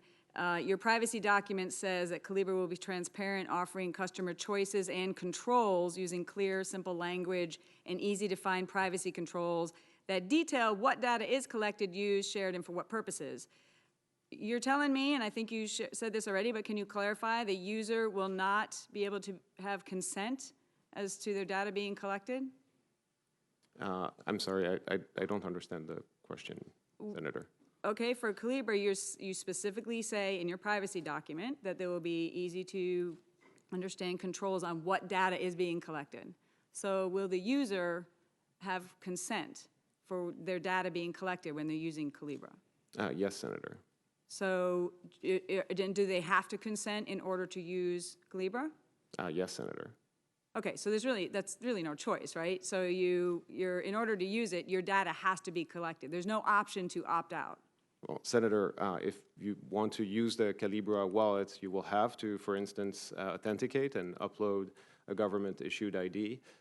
And if consumers don't want us to collect that government-issued ID, for instance, at the very first step, then of course they won't be able to use the service because we will be compliant to KYC regulation. So what's the business model of Libre then? You mentioned the interface with Facebook just recently, that the more people are using it, the more people will stay on Facebook, and then you can just continue to collect their personal information and target them with ads and sell off their information. Is that the business model of Libre, or how are they going to make money? With respect, Senator, that's not what I said. But what I said is... But that's actually what happens. I'll focus on the specific question you asked, Senator, which is that we have 90 million businesses, many of them that grow thanks to the Facebook advertising platform. They're able to reach new consumers, they're able to hire, and we believe that if they now have the ability to sell to more constituents across the Facebook platform, and more people have access to the services and products of those 90 million businesses, then more commerce will happen on the Facebook platform. Wonderful public good that you guys are committed to. I know I'm way over time here, and that was extremely sarcastic. Thank you. Senator Sinema. Thank you, Chairman Crapo, and thank you to our witness for being here today. Mr. Marcus, Arizonans have heard a lot of promises from Facebook over the years about privacy. For example, Facebook promised when it acquired WhatsApp that it would not scrape our message data to deliver targeted ads. But 2 years later, Facebook broke its promise and monetized our personal message data. With real doubts about Facebook's commitment to privacy, Arizonans are rightfully skeptical about the proposed digital currency Libra. The goal of Libre is to reach the unbanked and underbanked, which is a noble goal. But it's important to remember that those who haven't utilized a bank or credit card will be more susceptible to scammers and predatory practices. Your head of product, Kevin Weil, told TechCrunch on June 18th that there are, quote, no plans for the Libra Association to take a role in actively vetting, end quote, developers of wallets, exchanges, or other related apps. But failing to vet developers would expose Arizonans to scammers, which is unacceptable. Do you stand by Kevin's statement? Senator, first I want to correct something, which is that WhatsApp is fully encrypted, so even Facebook doesn't have access to messages on WhatsApp. But to answer your question, which is a very important one, I would say two things. One is that while the Libra Association will not get in the way of developers developing things, we will need, as an association, to find the right approach to ensure that publishing services on the Libre network has controls. And the one thing I want to say as well is that financial literacy is really important, and that at the Libra Association, there will be grant and investment made into financial literacy. And as far as the Calibra wallet is concerned, not only will we have consumer protections that will protect your constituents if they ever have a fraud issue, but we will make sure that there's appropriate education in the product from the get-go. Well, that was very helpful information, but that response doesn't actually address my concern. Because if Libra's goal is to reach a population that studies show are especially vulnerable to financial fraud and abuse, without more vetting processes for these developers, Arizonans will be more likely to be scammed using Libra, which can jeopardize their hard-earned savings and financial security. So while we're on the subject of scams, here's a hypothetical scenario for you. Let's say an unsavory app developer that's based in Pakistan utilizes an exchange that's based in Thailand to rip off an Arizonan who's using a wallet that was built in Spain. So they steal all of their Libra. And that, of course, is minted by an association based in Switzerland. So which law enforcement or governmental agency in which country does the Arizonan call to seek his or her legal and financial recourse in this situation? That's an excellent question, Senator. And the answer to that is that your constituents will likely use an American, US-based wallet provider that will have consumer protections and that will make your constituents whole if something bad happens to them. So in my scenario, this Arizonan was using a wallet that was built in Spain. Would they still have access to American recourse for legal and financial problems? Senator, it will depend on the wallet consumer protection, the same way that today you have different consumer protections and services offered by different financial institutions and others. So, and I believe that it will be the role of the Libra Association to ensure that there's proper education so that consumers can make informed choices. Well, I think the point here is that despite having legal and technical background in this room, this is a difficult question to answer. You posited that they would likely be using an American wallet, but if they were using a wallet from another country, that complicates the answer. This is a real challenge, and Arizonans deserve answers on what rights they would have as consumers and how they would use them. I also have some national security concerns. Despite granting anonymity, traditional cryptocurrencies are not the first choice of drug cartels, terrorists, and human traffickers because cryptocurrencies aren't very easy to use. But Libre is not a cryptocurrency. It's a digital currency that promises both anonymity and ease of use, which raises concerns about its potential exploitation for illicit purposes. I'm concerned that drug cartels and human traffickers, major problems, of course, in Arizona and border regions, may try and use Libre to finance their operations along our southern border. Your testimony says that you'll comply with the rules set by the Office of Foreign Assets Control with respect to financial sanctions. But if a drug cartel or one of its sanctioned persons attempts to complete a transaction using Libre, would you comply with OFAC policy, or would you allow a drug cartel transaction to be added to the ledger? Senator, first of all, Libre is not anonymous, so we will have an AML program, and as far as the Calibra wallet is concerned, we will have full KYC and AML programs. As a result, those types of activities will be very difficult to conduct on this network, and you have my commitment that we will take the time before launch to ensure that the network and the proper measures are taken to avoid this network to be used for other purposes than it was designed for. Thank you. Mr. Chairman, my time's expired. This is just a proposal, but Folks in my state are concerned, and we need better answers. So I look forward to working with you in the committee on this. I yield back. Thank you. Senator Cotton. Mr. Marcus, thank you for your appearance and your testimony. Your CEO, in testimony before Congress, referred to Silicon Valley as an extremely left-wing place. That's why so many center-right voices have concerns about censorship on platforms like Facebook, but also Twitter and Google and so forth. I worry about the possibility that a digital wallet and digital currency like Libre could extend that into the payment system. There is reason to worry about that because Democratic members of this committee have made it a habit of contacting major financial institutions and encouraging them not to do business with, say, gun manufacturers or with government contractors who serve ICE or the Customs and Border Patrol.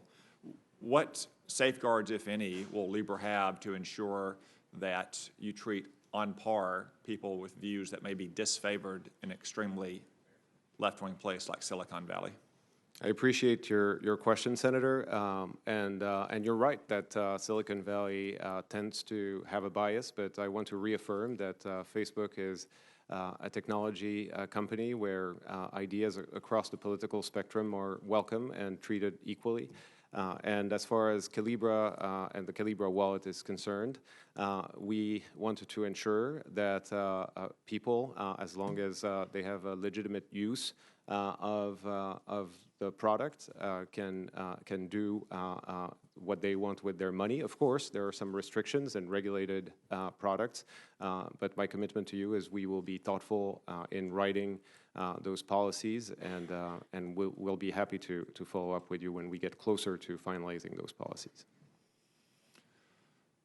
So that doesn't sound like much safeguard to me, other than a commitment before you come into pressure from Democrats. And just wait till tomorrow, till you go before the House Financial Services Committee.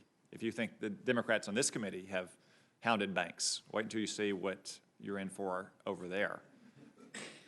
I mean, how do we know? So a federally licensed firearm dealer wants to sell firearms at a gun show, or maybe a neighbor wants to sell a shotgun to his neighbor, or a Christian baker wants to practice his faith when he bakes his cake, or someone wants to pay a subscription to, say, Breitbart instead of the New York Times. What confidence can people who have center-right views have that Libre is going to be available to them on an equal basis as those who want to shut down gun retailers or shut down oil pipelines or government contractors who are working with immigration and customs enforcement? Senator, firearms, for instance, are a regulated product. They're already regulated and treated as such on the Facebook platform. And I know it's a complicated issue. And when it comes to writing this policy, again, I'm committing that we will be very thoughtful. I have to say that as far as I'm concerned personally, I believe that we should only get in the way in very exceptional cases and by being thoughtful of getting in the way of people doing what they want with their money as long as it's lawful. But we also need to be thoughtful in how we write those policies. Well, thank you for that commitment, and I do hope we have transparency, because I assure you, you'll be getting letters from that side of the dais, to say nothing of the House Financial Service Committee Democrats, just like all the major banks on Wall Street have been getting those letters.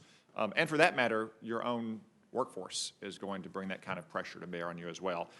Let's shift gears in the time I have left. We've heard a lot of talk about money laundering this morning. It's a big problem. I share the concerns we've heard this morning.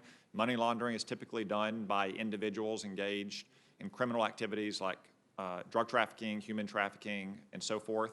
There's also the question of sanctions. One of the advantages of having the world's reserve currency is that we have the ability to impose extremely effective worldwide sanctions because most, if almost all transactions are dealt with in dollars worldwide. Could you talk a little bit about how Libre would have an impact on the United States dollar as the reserve currency and therefore on the United States government's ability to impose sanctions? This is different from money laundering about individuals. We're talking about sanctions on nation states like, say, Iran, that is developing its own cryptocurrency and cracking down on others specifically to try to avoid sanctions. Senator, I'm glad you brought this up because I believe that if we don't lead in the space, others will. And the same way that we will end up having two internets and two different infrastructures. We will have two different financial systems and two different financial networks, and one will be out of reach of sanctions that are so effective in enforcing our foreign policy and preserving our national security.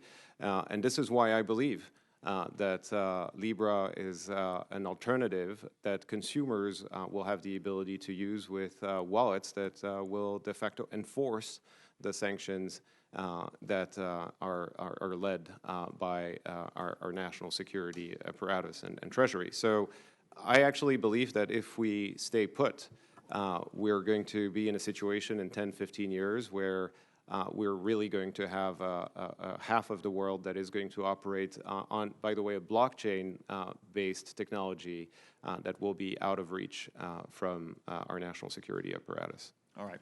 Thank you. Senator Schatz. Thank you, Mr. Chairman. Mr. Marcus, thank you for being here. So on cybersecurity, on foreign interference, on privacy, on extremism, on fake news, is it fair to say you're still working on solving those problems as a company? Yes, Senator, we have a number of issues that we're hard at work solving. So you're working on solving those problems. They are not fixed yet, correct? Some of them are, and a lot deserve a lot more fixed? work. No, I'd say that some of the issues that we've had in the past. Right. Cybersecurity, foreign interference, privacy, extremism, fake news. Which ones of those have you fixed? Well, you know, for instance, Senator, the issue that happened back in the day with Cambridge Analytica cannot happen again. Not which ones of you have you made significant progress. Have you fixed any of those? Well, I'd say that all of them will always require a great deal of work. So let's just pretend it's the two of us having a conversation. My question is this. What do you say to someone who says, maybe before you do a new thing, and an enormously important thing, you should go ahead and make sure you've got your own shop fixed? So what do you say to that? Senator, I believe that the status quo is really a huge burden on so many people around the world when it comes to financial. Hold on. You're making an argument for cryptocurrency generally. You're making an argument for this proposition generally. The question I have is, Facebook has a lot of problems. You guys have had a rough couple of years. And so the question is, why are you moving on to a new and challenging thing, other than the grandiosity of Silicon Valley, which causes you to get bored with your own thing and try to move into a new line of business? So the question is not, would it be great to eliminate credit card fees? The question is not, should the United States lead in this area? The question is, why Facebook? And why before you fixed your other stuff? Senator, I believe it's important that we continue to innovate on behalf of the people we serve. And the same way that we've been able to bring communication prices down with our messaging app, because now anyone with a $40 smartphone can actually communicate for free with the world, we want to continue innovating on behalf of the very people we serve. And we hope that we can do the same thing for them when it comes to access to modern financial services. Do you have specialized expertise with anti-money laundering, sanctions, prudential regulations, protecting financial information, preventing discrimination, and other violations of consumer financial laws? Senator, I do, and my team does as well. No, I'm sorry, not you personally. Does Facebook have that? Senator, through the team that I've assembled, yes, now it does. Within Facebook? Senator, within about the consortium. Senator, within Libre, which is the subsidiary that it created, it has the proper know-how to So you hired operate up for this? Yes, Senator. Okay. Does your consortium have bylaws? Senator, the charter of the association is in the process of being ratified by its members, and it will be made public. So that's a no? Senator, when we launched the website and a white paper in June 18, we have guidelines, but the reason that we didn't want all the other members to sign an existing bylaw or charter is we wanted them to take part in writing it, because again, we don't want to control the network, and we think it's important that those decisions are made collegially with the other co-founding members. So what I'm hearing, and they're terrified to talk about this publicly, is that members of the consortium actually have lots of questions too, similar to the questions that are being offered on this dais, and they have great reservations about moving forward, but they don't want to be left out because of Facebook's market power. And so how do you address the bigger question, not just the one that I asked earlier about you not having fixed your own shop before you move into currency, which seems just on the face of it to be nuts. How do you answer the question about size and power and the idea that lots of people out there think Facebook is already too big and too powerful, and now you're going to get into currency? So how do you address that question? Senator, we answer that question with the very setup that we have at the Libra Association and the way that this network is not only governed, but the way that we will have to face tremendous competition on top of this network with other companies that already have a lot of existing financial accounts that are already KYC, that are already operating, that have trust. So you have companies like PayPal and others that will, of course, collaborate but compete with us. I guess you haven't just, and I appreciate this, but you really haven't answered the most basic question of all, which is why in the world should Facebook, of all companies, given the last couple of years, do this? Senator, because we have the ability and the means to innovate on behalf of the people we serve, and we shouldn't stand back and wait to do it. If we can help the very people that we want to serve, because we have the resources and the engineering talent, I believe we should. Because of your size? Senator, because of our resources and our engineering talent. Because you're so big that you should get bigger. That's not the point I was making, Senator. Thank you. Senator Menendez.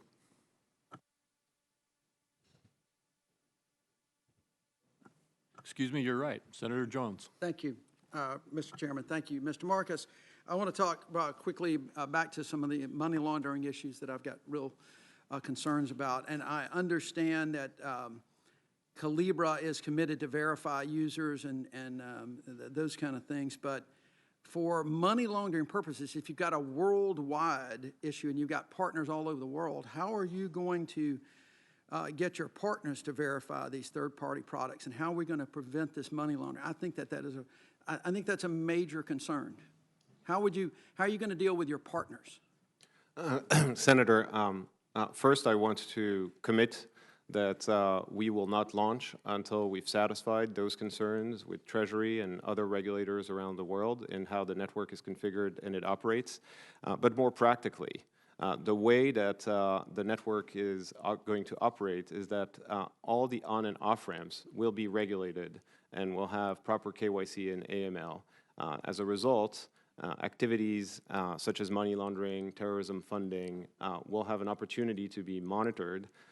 And the intention here is really not for the efficacy of these programs to take a step back, quite the opposite. We believe that we can help improve the efficacy of these programs, and we'll work hard to make that happen, because this is something that I care deeply about. Well, I appreciate that. I do have some concerns about that, because as Senator Brown said in his earlier, we've seen Facebook run into problems in their platform time and time again on any number of issues. And I think Senator Brown's comment was it's just another learning experience. But at some point, if things continue, and especially with a currency like this, if all of a sudden this operates and you continue to see all manner of criminal activity and money laundering, at some point an innovative prosecutor is going to look across the table and say, you, sir, are contributing to this. You are an aider and abetter. Are you prepared for that down the road if you don't do your job and this currency is used as to facilitate human trafficking, drugs, fraud, things like that? Are you prepared for Facebook and all of your Libre and Libre users to be looked at as criminal defendants?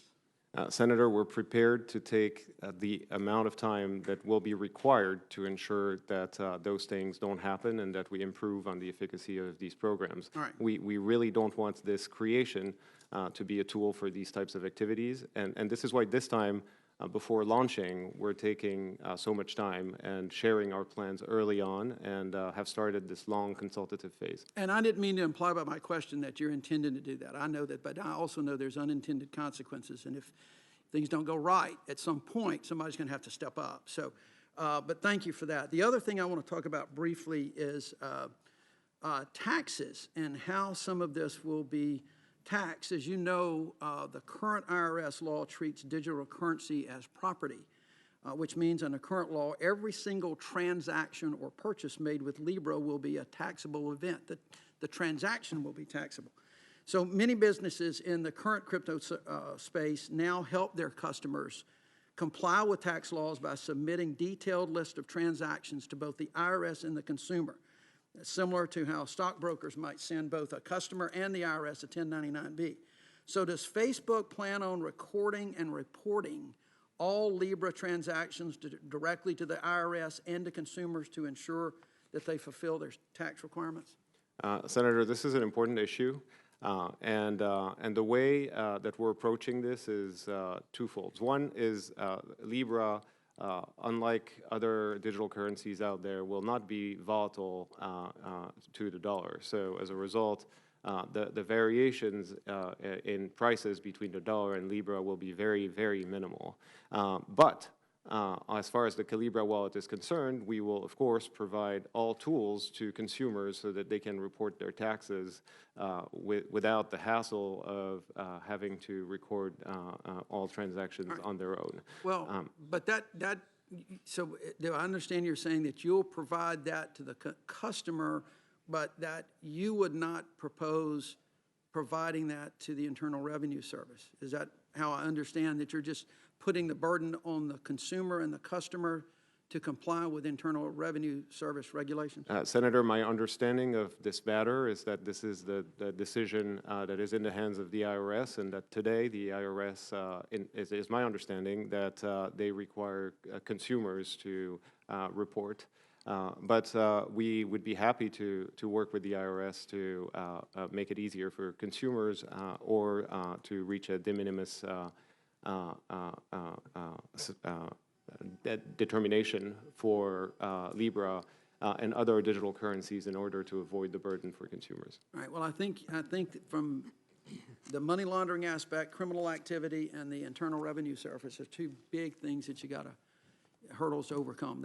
It's going to take some time to, I think, get past all of that. So, but thank you for your testimony and for being here. Thank you, Mr. Chairman. All right, now Senator Menendez. Thank you, Mr. Chairman. Facebook CEO Mark Zuckerberg once said that his motto was move fast and break things. Several of my colleagues have referred to it.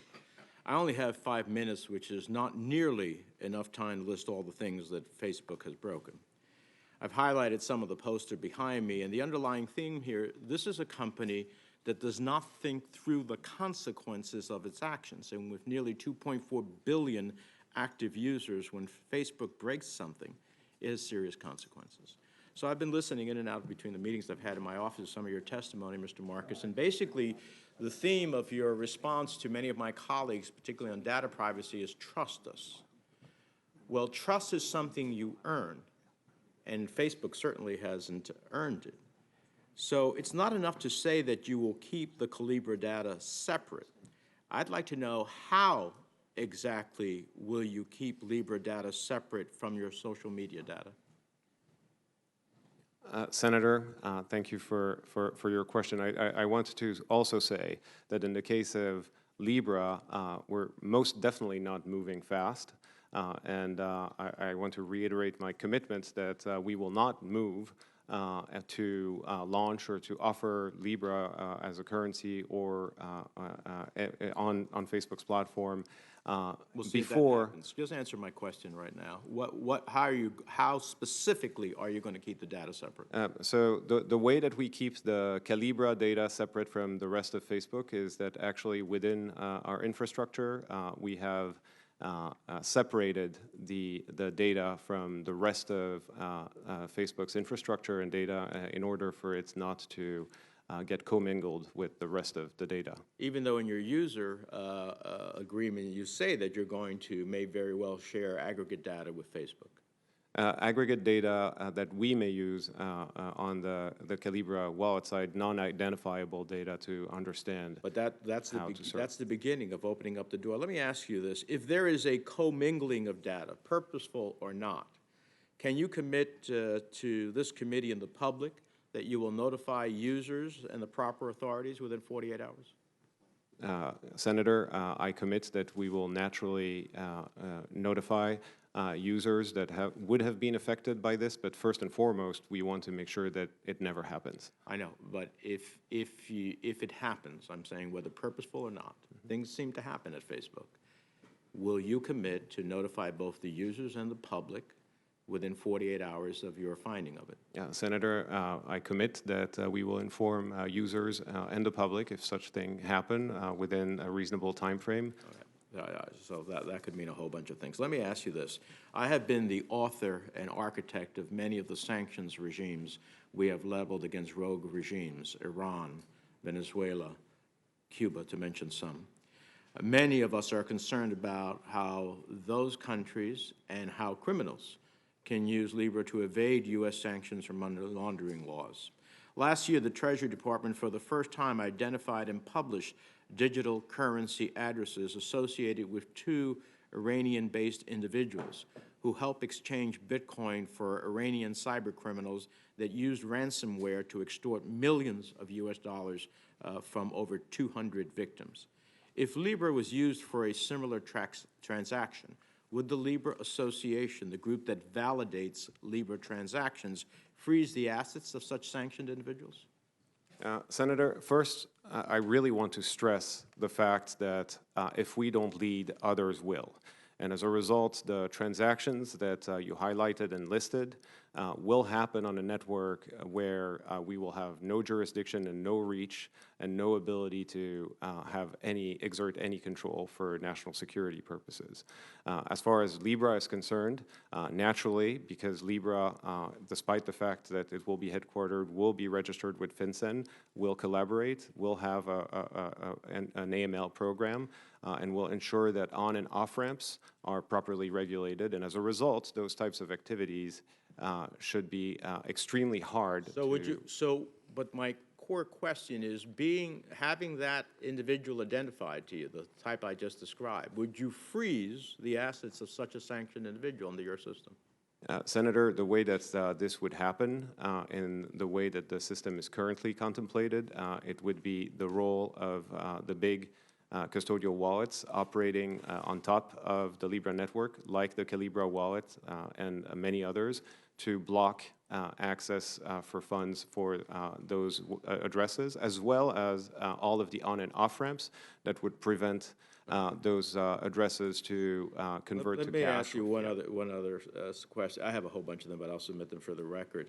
This doesn't assuage my concerns as it relates to the very sanctions that we have worked on a bipartisan basis to pass. So would the Libra Association, what would they do if U.S. regulators wanted to enforce sanctions on certain individuals but other global regulators did not? How would the association determine which set of rules to comply with? Senator, that's a really good question, and one that we're in active discussions with a number of regulators, including Treasury.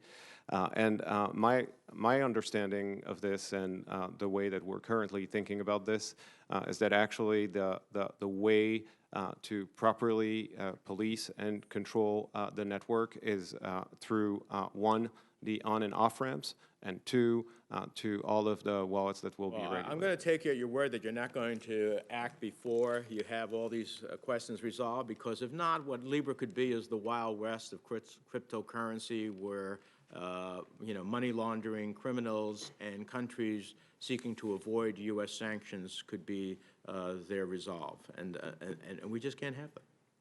I agree, Senator. Senator Van Hollen. Thank you, Mr. Chairman. Welcome, Mr. Marcus. You know, one of the benefits of going last is you get to hear your colleagues' comments. So I'm going to make a couple comments I hadn't planned to make otherwise. Number one, Senator Kennedy rightfully pointed out Facebook's failings in the face of Russian interference in the 2016 elections. I know you're working hard to remedy it. I frankly wish the United States Congress was working to remedy it as well.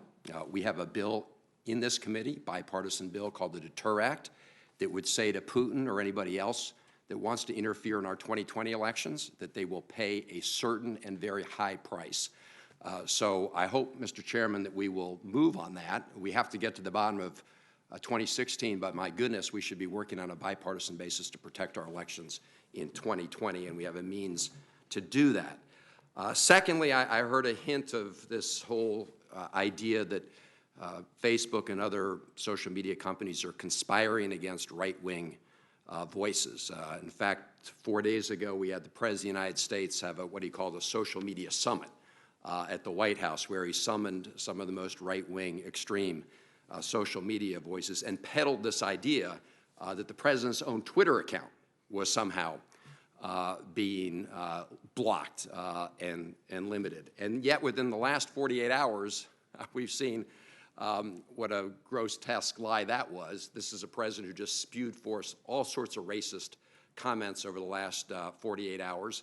And it does highlight the challenge social media companies have in trying to make sure that they monitor community standards to prevent incendiary comments that can cause harm or danger, and at the same time allow freedom of voices on the internet. So I hope we'll get away from this nonsense that we often hear from the President and others about this kind of biased censorship.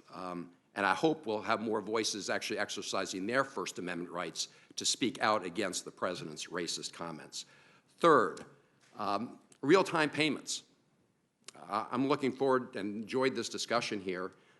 Every time the chairman of the Federal Reserve, Chairman Powell, has come before this committee and others, I've asked them why it is the United States government is so far behind our European partners and many others in real-time payments. The fact that we don't have a system in this country that can clear real-time payments is today costing millions of Americans billions of dollars, and they should accelerate their efforts and get it done. And I personally do not think we should hand that over to a consortium of the biggest banks in the country.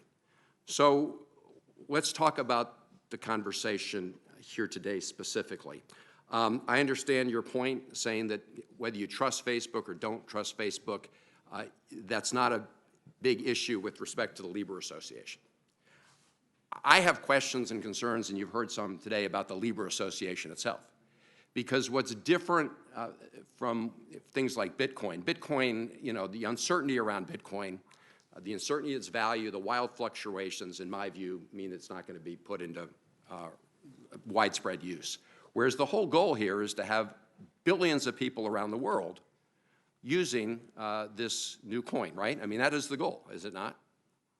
It's really to help the very people who don't have access to current financial services. But the idea is billions of people, and because this is now going to be tied to other currencies and supposedly be more stable, it will be in very widespread use. So there are huge concerns because this, in my view, obviously has lots of questions that need to be vetted. And the organization itself, the Libra Association, you can say you don't have to trust Facebook, but you do have to trust the Libra Association, and they're doing something very different. They're creating a new currency that is intended to be used by billions of people. And I think there are lots of questions that you still need to answer regarding that structure. I mean, I think people will conjure up the James Bond movie and that organization Spectre. And unless you're really clear about how this is going to be a transparent association and be accountable in all the ways that have been discussed today, then it's not a question of whether people trust Facebook or not. It's a question of whether people trust this international, this organization, run by private companies. And my view is when you're talking about a world currency that's going to be potentially used by billions of people, I'm not sure that there's sufficient accountability that you could build into that system that would answer all the concerns. But I look forward to the continuing conversation. Thank you, Senator. Thank you, Mr. Thank you. Senator Kennedy's asked for a second round, and then Senator Brown and I will both go with another round of questioning, and I think that will be it. We may have another senator or two show up. So with that, Senator Kennedy. Mr. Marcus, I want to follow up on Senator Cotton's concerns. And I think the basis for his concern is we can agree on this, I think, that Facebook is not really a company anymore. It's a country. I mean, you got 2.2 billion people that use it. I don't see anything in the documents that I've seen that would prevent the members of Libre, once Libre is prevalent throughout the world, saying, you know, we don't believe in abortion rights.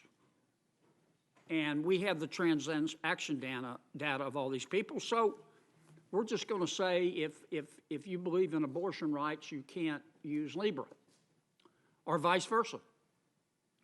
And you could make that assessment on the basis of any person's position on socioeconomic issues. I think you need to address that.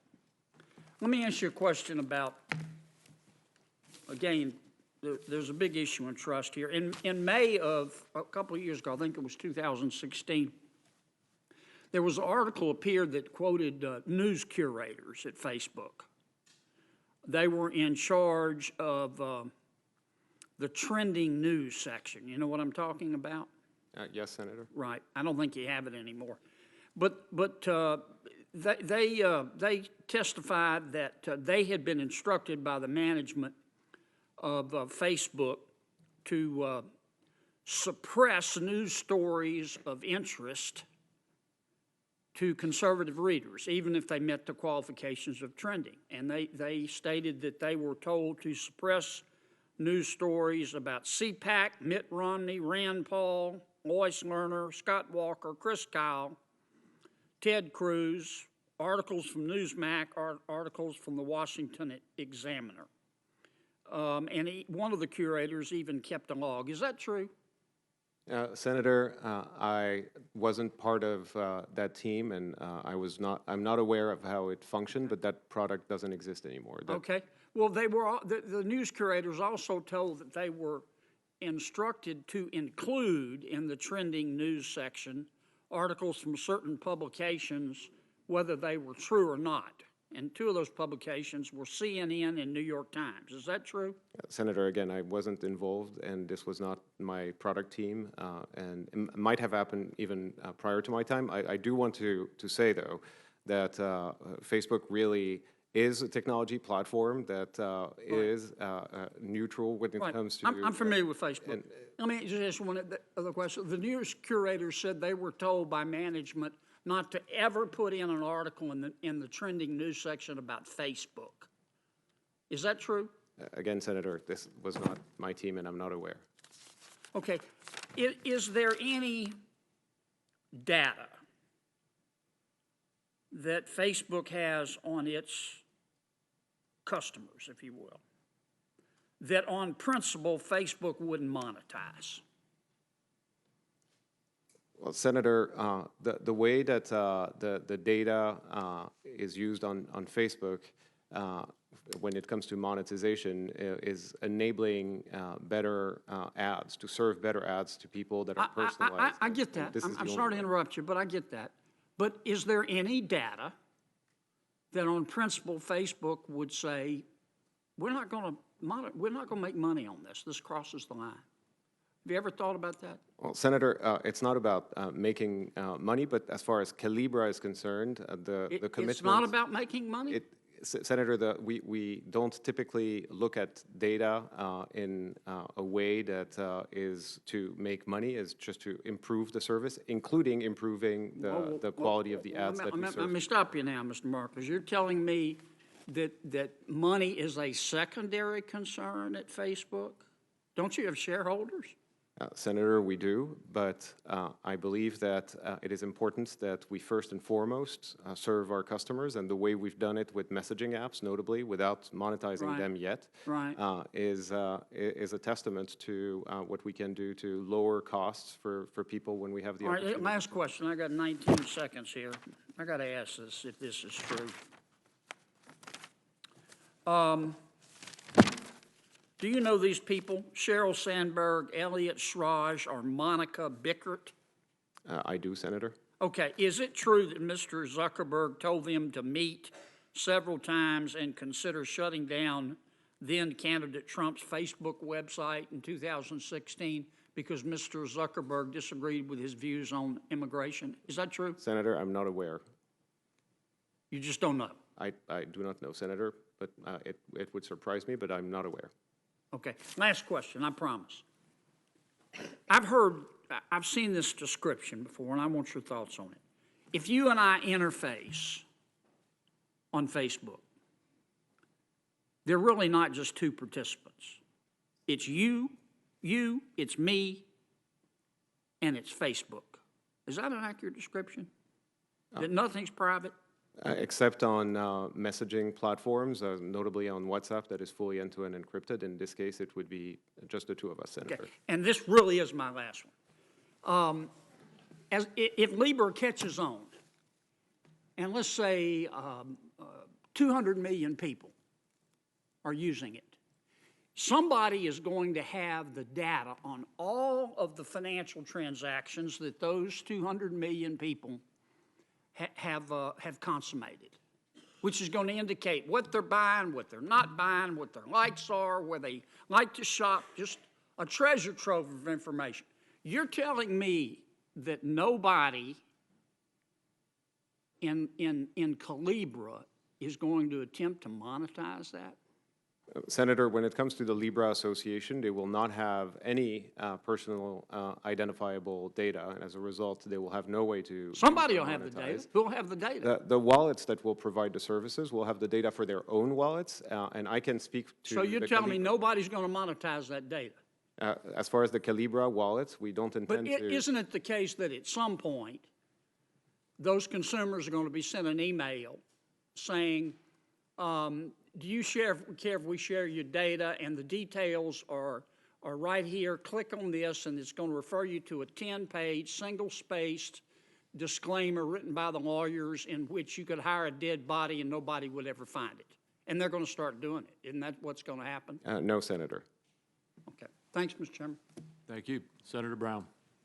Thank you, Mr. Chairman. And Mr. Marcus, thank you for sitting here through this. I normally don't respond to uber partisan comments from colleagues, but I just wanted to just ask the Republican committee staff to let Senator Cotton know that every letter to Facebook from this committee, from any of us on this committee, has come, or at least from the committee, have been jointly signed by Senator Crapo and me, and I think that's important to know.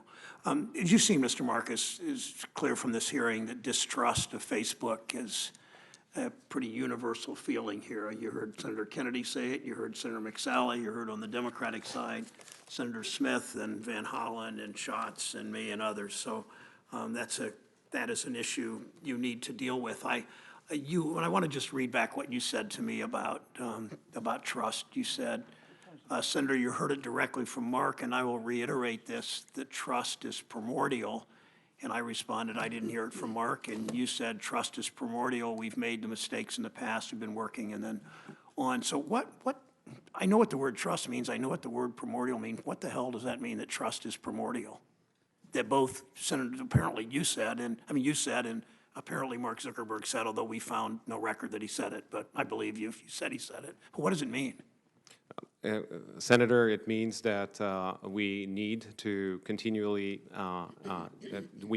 continue to do better in serving the customers and the users we're serving, and we will do what it takes to earn their trust, and that's definitely the case for as well for Libra and the Calibra wallet. And this is the same Mark Zuckerberg that once called people who trust him with their data dumb, and the next word starting with an F I can't say in this committee. This is the same Mark Zuckerberg who said that I could even read what he says.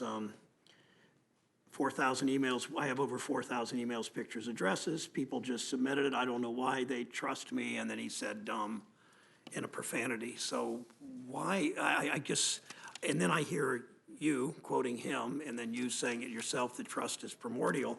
And the definition of primordial is from the beginning of time. And your biggest problem is that people don't trust you. So what am I to take from this? That we need to continue working very hard to ensure that we are deserving of trust. But why would you lead with trust is primordial? It's so much in your DNA that you can always trust us, but then just lay out one after another times that you deceived, undermined, betrayed that trust. Why, again, Senator Schatz said over and over, why with all of your problems, should we trust you on something as important as a worldwide currency and the damage that can come from it? Senator, this is why we've set up Libra the way we have, which is that we will not control it, and we will be one among 100 different participants that will govern over the network and the currency. And as a result, we will have to earn people's trust if we want them to use our products and services on top of the Libra network, because they'll have plenty of choice with established companies that have a lot of trust. You trust us to believe that statement when you say one of 100, but you're the only one that has access to 2 billion people. And you know, the George Orwell people, some people are created more equal than others. Why should we trust you when you keep talking about all the competition? There are 100 players, but nobody is like you as the preeminent player. Senator, I do want to address this because I believe that there might be some misunderstanding on how the people on the Facebook wallet, the Libra wallet, will have to onboard. We will not have the ability to onboard all people using our products automatically, naturally. We will not even use Facebook login. People will have to onboard, create a new account with Libra, upload their government-issued ID, and as a result, there's going to be a lot of friction, and we will have to make very strong commitments so that people trust us, and we will have to honor those commitments for a very long period of time to earn people's trust, because while we do that, you will have other wallets that already have a number of customers that they can enable Libra for immediately, and we're not in that position. And as a result, we put ourselves in a position where we will have to work very hard to earn people's trust to use our products and services. Pretty hard to trust when there is so little contrition responding to Senator Kennedy about the 2016 election, or what you've done to the media in this country, to journalism, and what you've done, according to the United Nations, in Myanmar. Pretty hard for us to trust you with a worldwide currency that you're setting up in Switzerland. Senator, I believe that the status quo is not working for so many people that it's time for new progress to happen in financial services, for those barriers for so many people that are left behind to be lower, and for costs for so many people to be also lower. And that's why we are deciding to take the lead on this and then relinquish this lead. Mr. Chairman, I wish we could trust Facebook. It's pretty clear there's almost nobody in this committee that does. Thank you. Thank you, Senator Brown. I'll ask my final round of questions right now. Mr. Marcus, I've stated in a number of our previous hearings that ensuring that individuals have real control over their data is critical. And the United States does not have, in my opinion, adequate assurances in its law. I talked about that with you in my first round of questions. I'm personally convinced that we need to, if we don't, well, we have a sectoral approach, as I indicated, and I think we need to have a more comprehensive, broad-based approach, at least for the basic rights. Europe in the GDPR does have such a law, the GDPR. That guarantees individuals with the right to information about the access to their personal data, which I believe means they should have access, they should be notified when their data is being collected, what data is being collected, and given rights right at that point to opt out or in, and there should be corresponding responsibilities. Does Libre and its associated third-party developers like Libra, do they anticipate being captured under GDPR at this point in time? Chairman, it will really depend on the jurisdiction of different wallets, but as far as the Libra wallet is concerned, we will definitely have the highest standards when it comes to privacy, and as soon as the privacy policies and commitments are written, you have my commitment that we will share those with you. All right, thank you. And let me get into that a little bit in the last part of my questions here. As I understand it, using the blockchain technology results in a limited amount of personal privacy or personal private data actually being collected. You've indicated that a person would have to provide their government-issued ID, and then I assume, and you just please correct me or help me understand this, from that point, Libre would have their ID, that would know the basic set of facts that's on their government ID, and I assume that ID is, or that information is connected to some kind of a code data or something that's used in the blockchain. Is that correct? No, Senator. Actually, the blockchain will not include personally identifiable data. But would Libre have the ability to connect a blockchain to the user of that blockchain? Senator, it will depend on whether the transaction has been initiated from a Libre customer or not. Okay, and if it was initiated by a Libre customer, would Libre would then know the identity of the person using or engaging in that transaction in that blockchain? Yes, Senator, because they would be using our product. And what else would Libre know in terms of what other data would Libre be able to use if it wanted to? Senator, the mindset in which we're establishing the product and the privacy of the product is that it will only collect the information that is required to offer the service, but also to keep accounts safe, which is, of course, really important when it comes to money, and especially because we will have strong customer protection programs. So we will need to protect accounts, and data, relevant data, is actually quite helpful in protecting consumers' accounts. So tell me what some of that relevant data is. Does that mean that let's say it was a retail purchase, does that mean that the item purchased is a part of that data? Senator, that would really depend, and I don't believe that we need that information, for instance, either for the purposes of securing accounts or other purposes.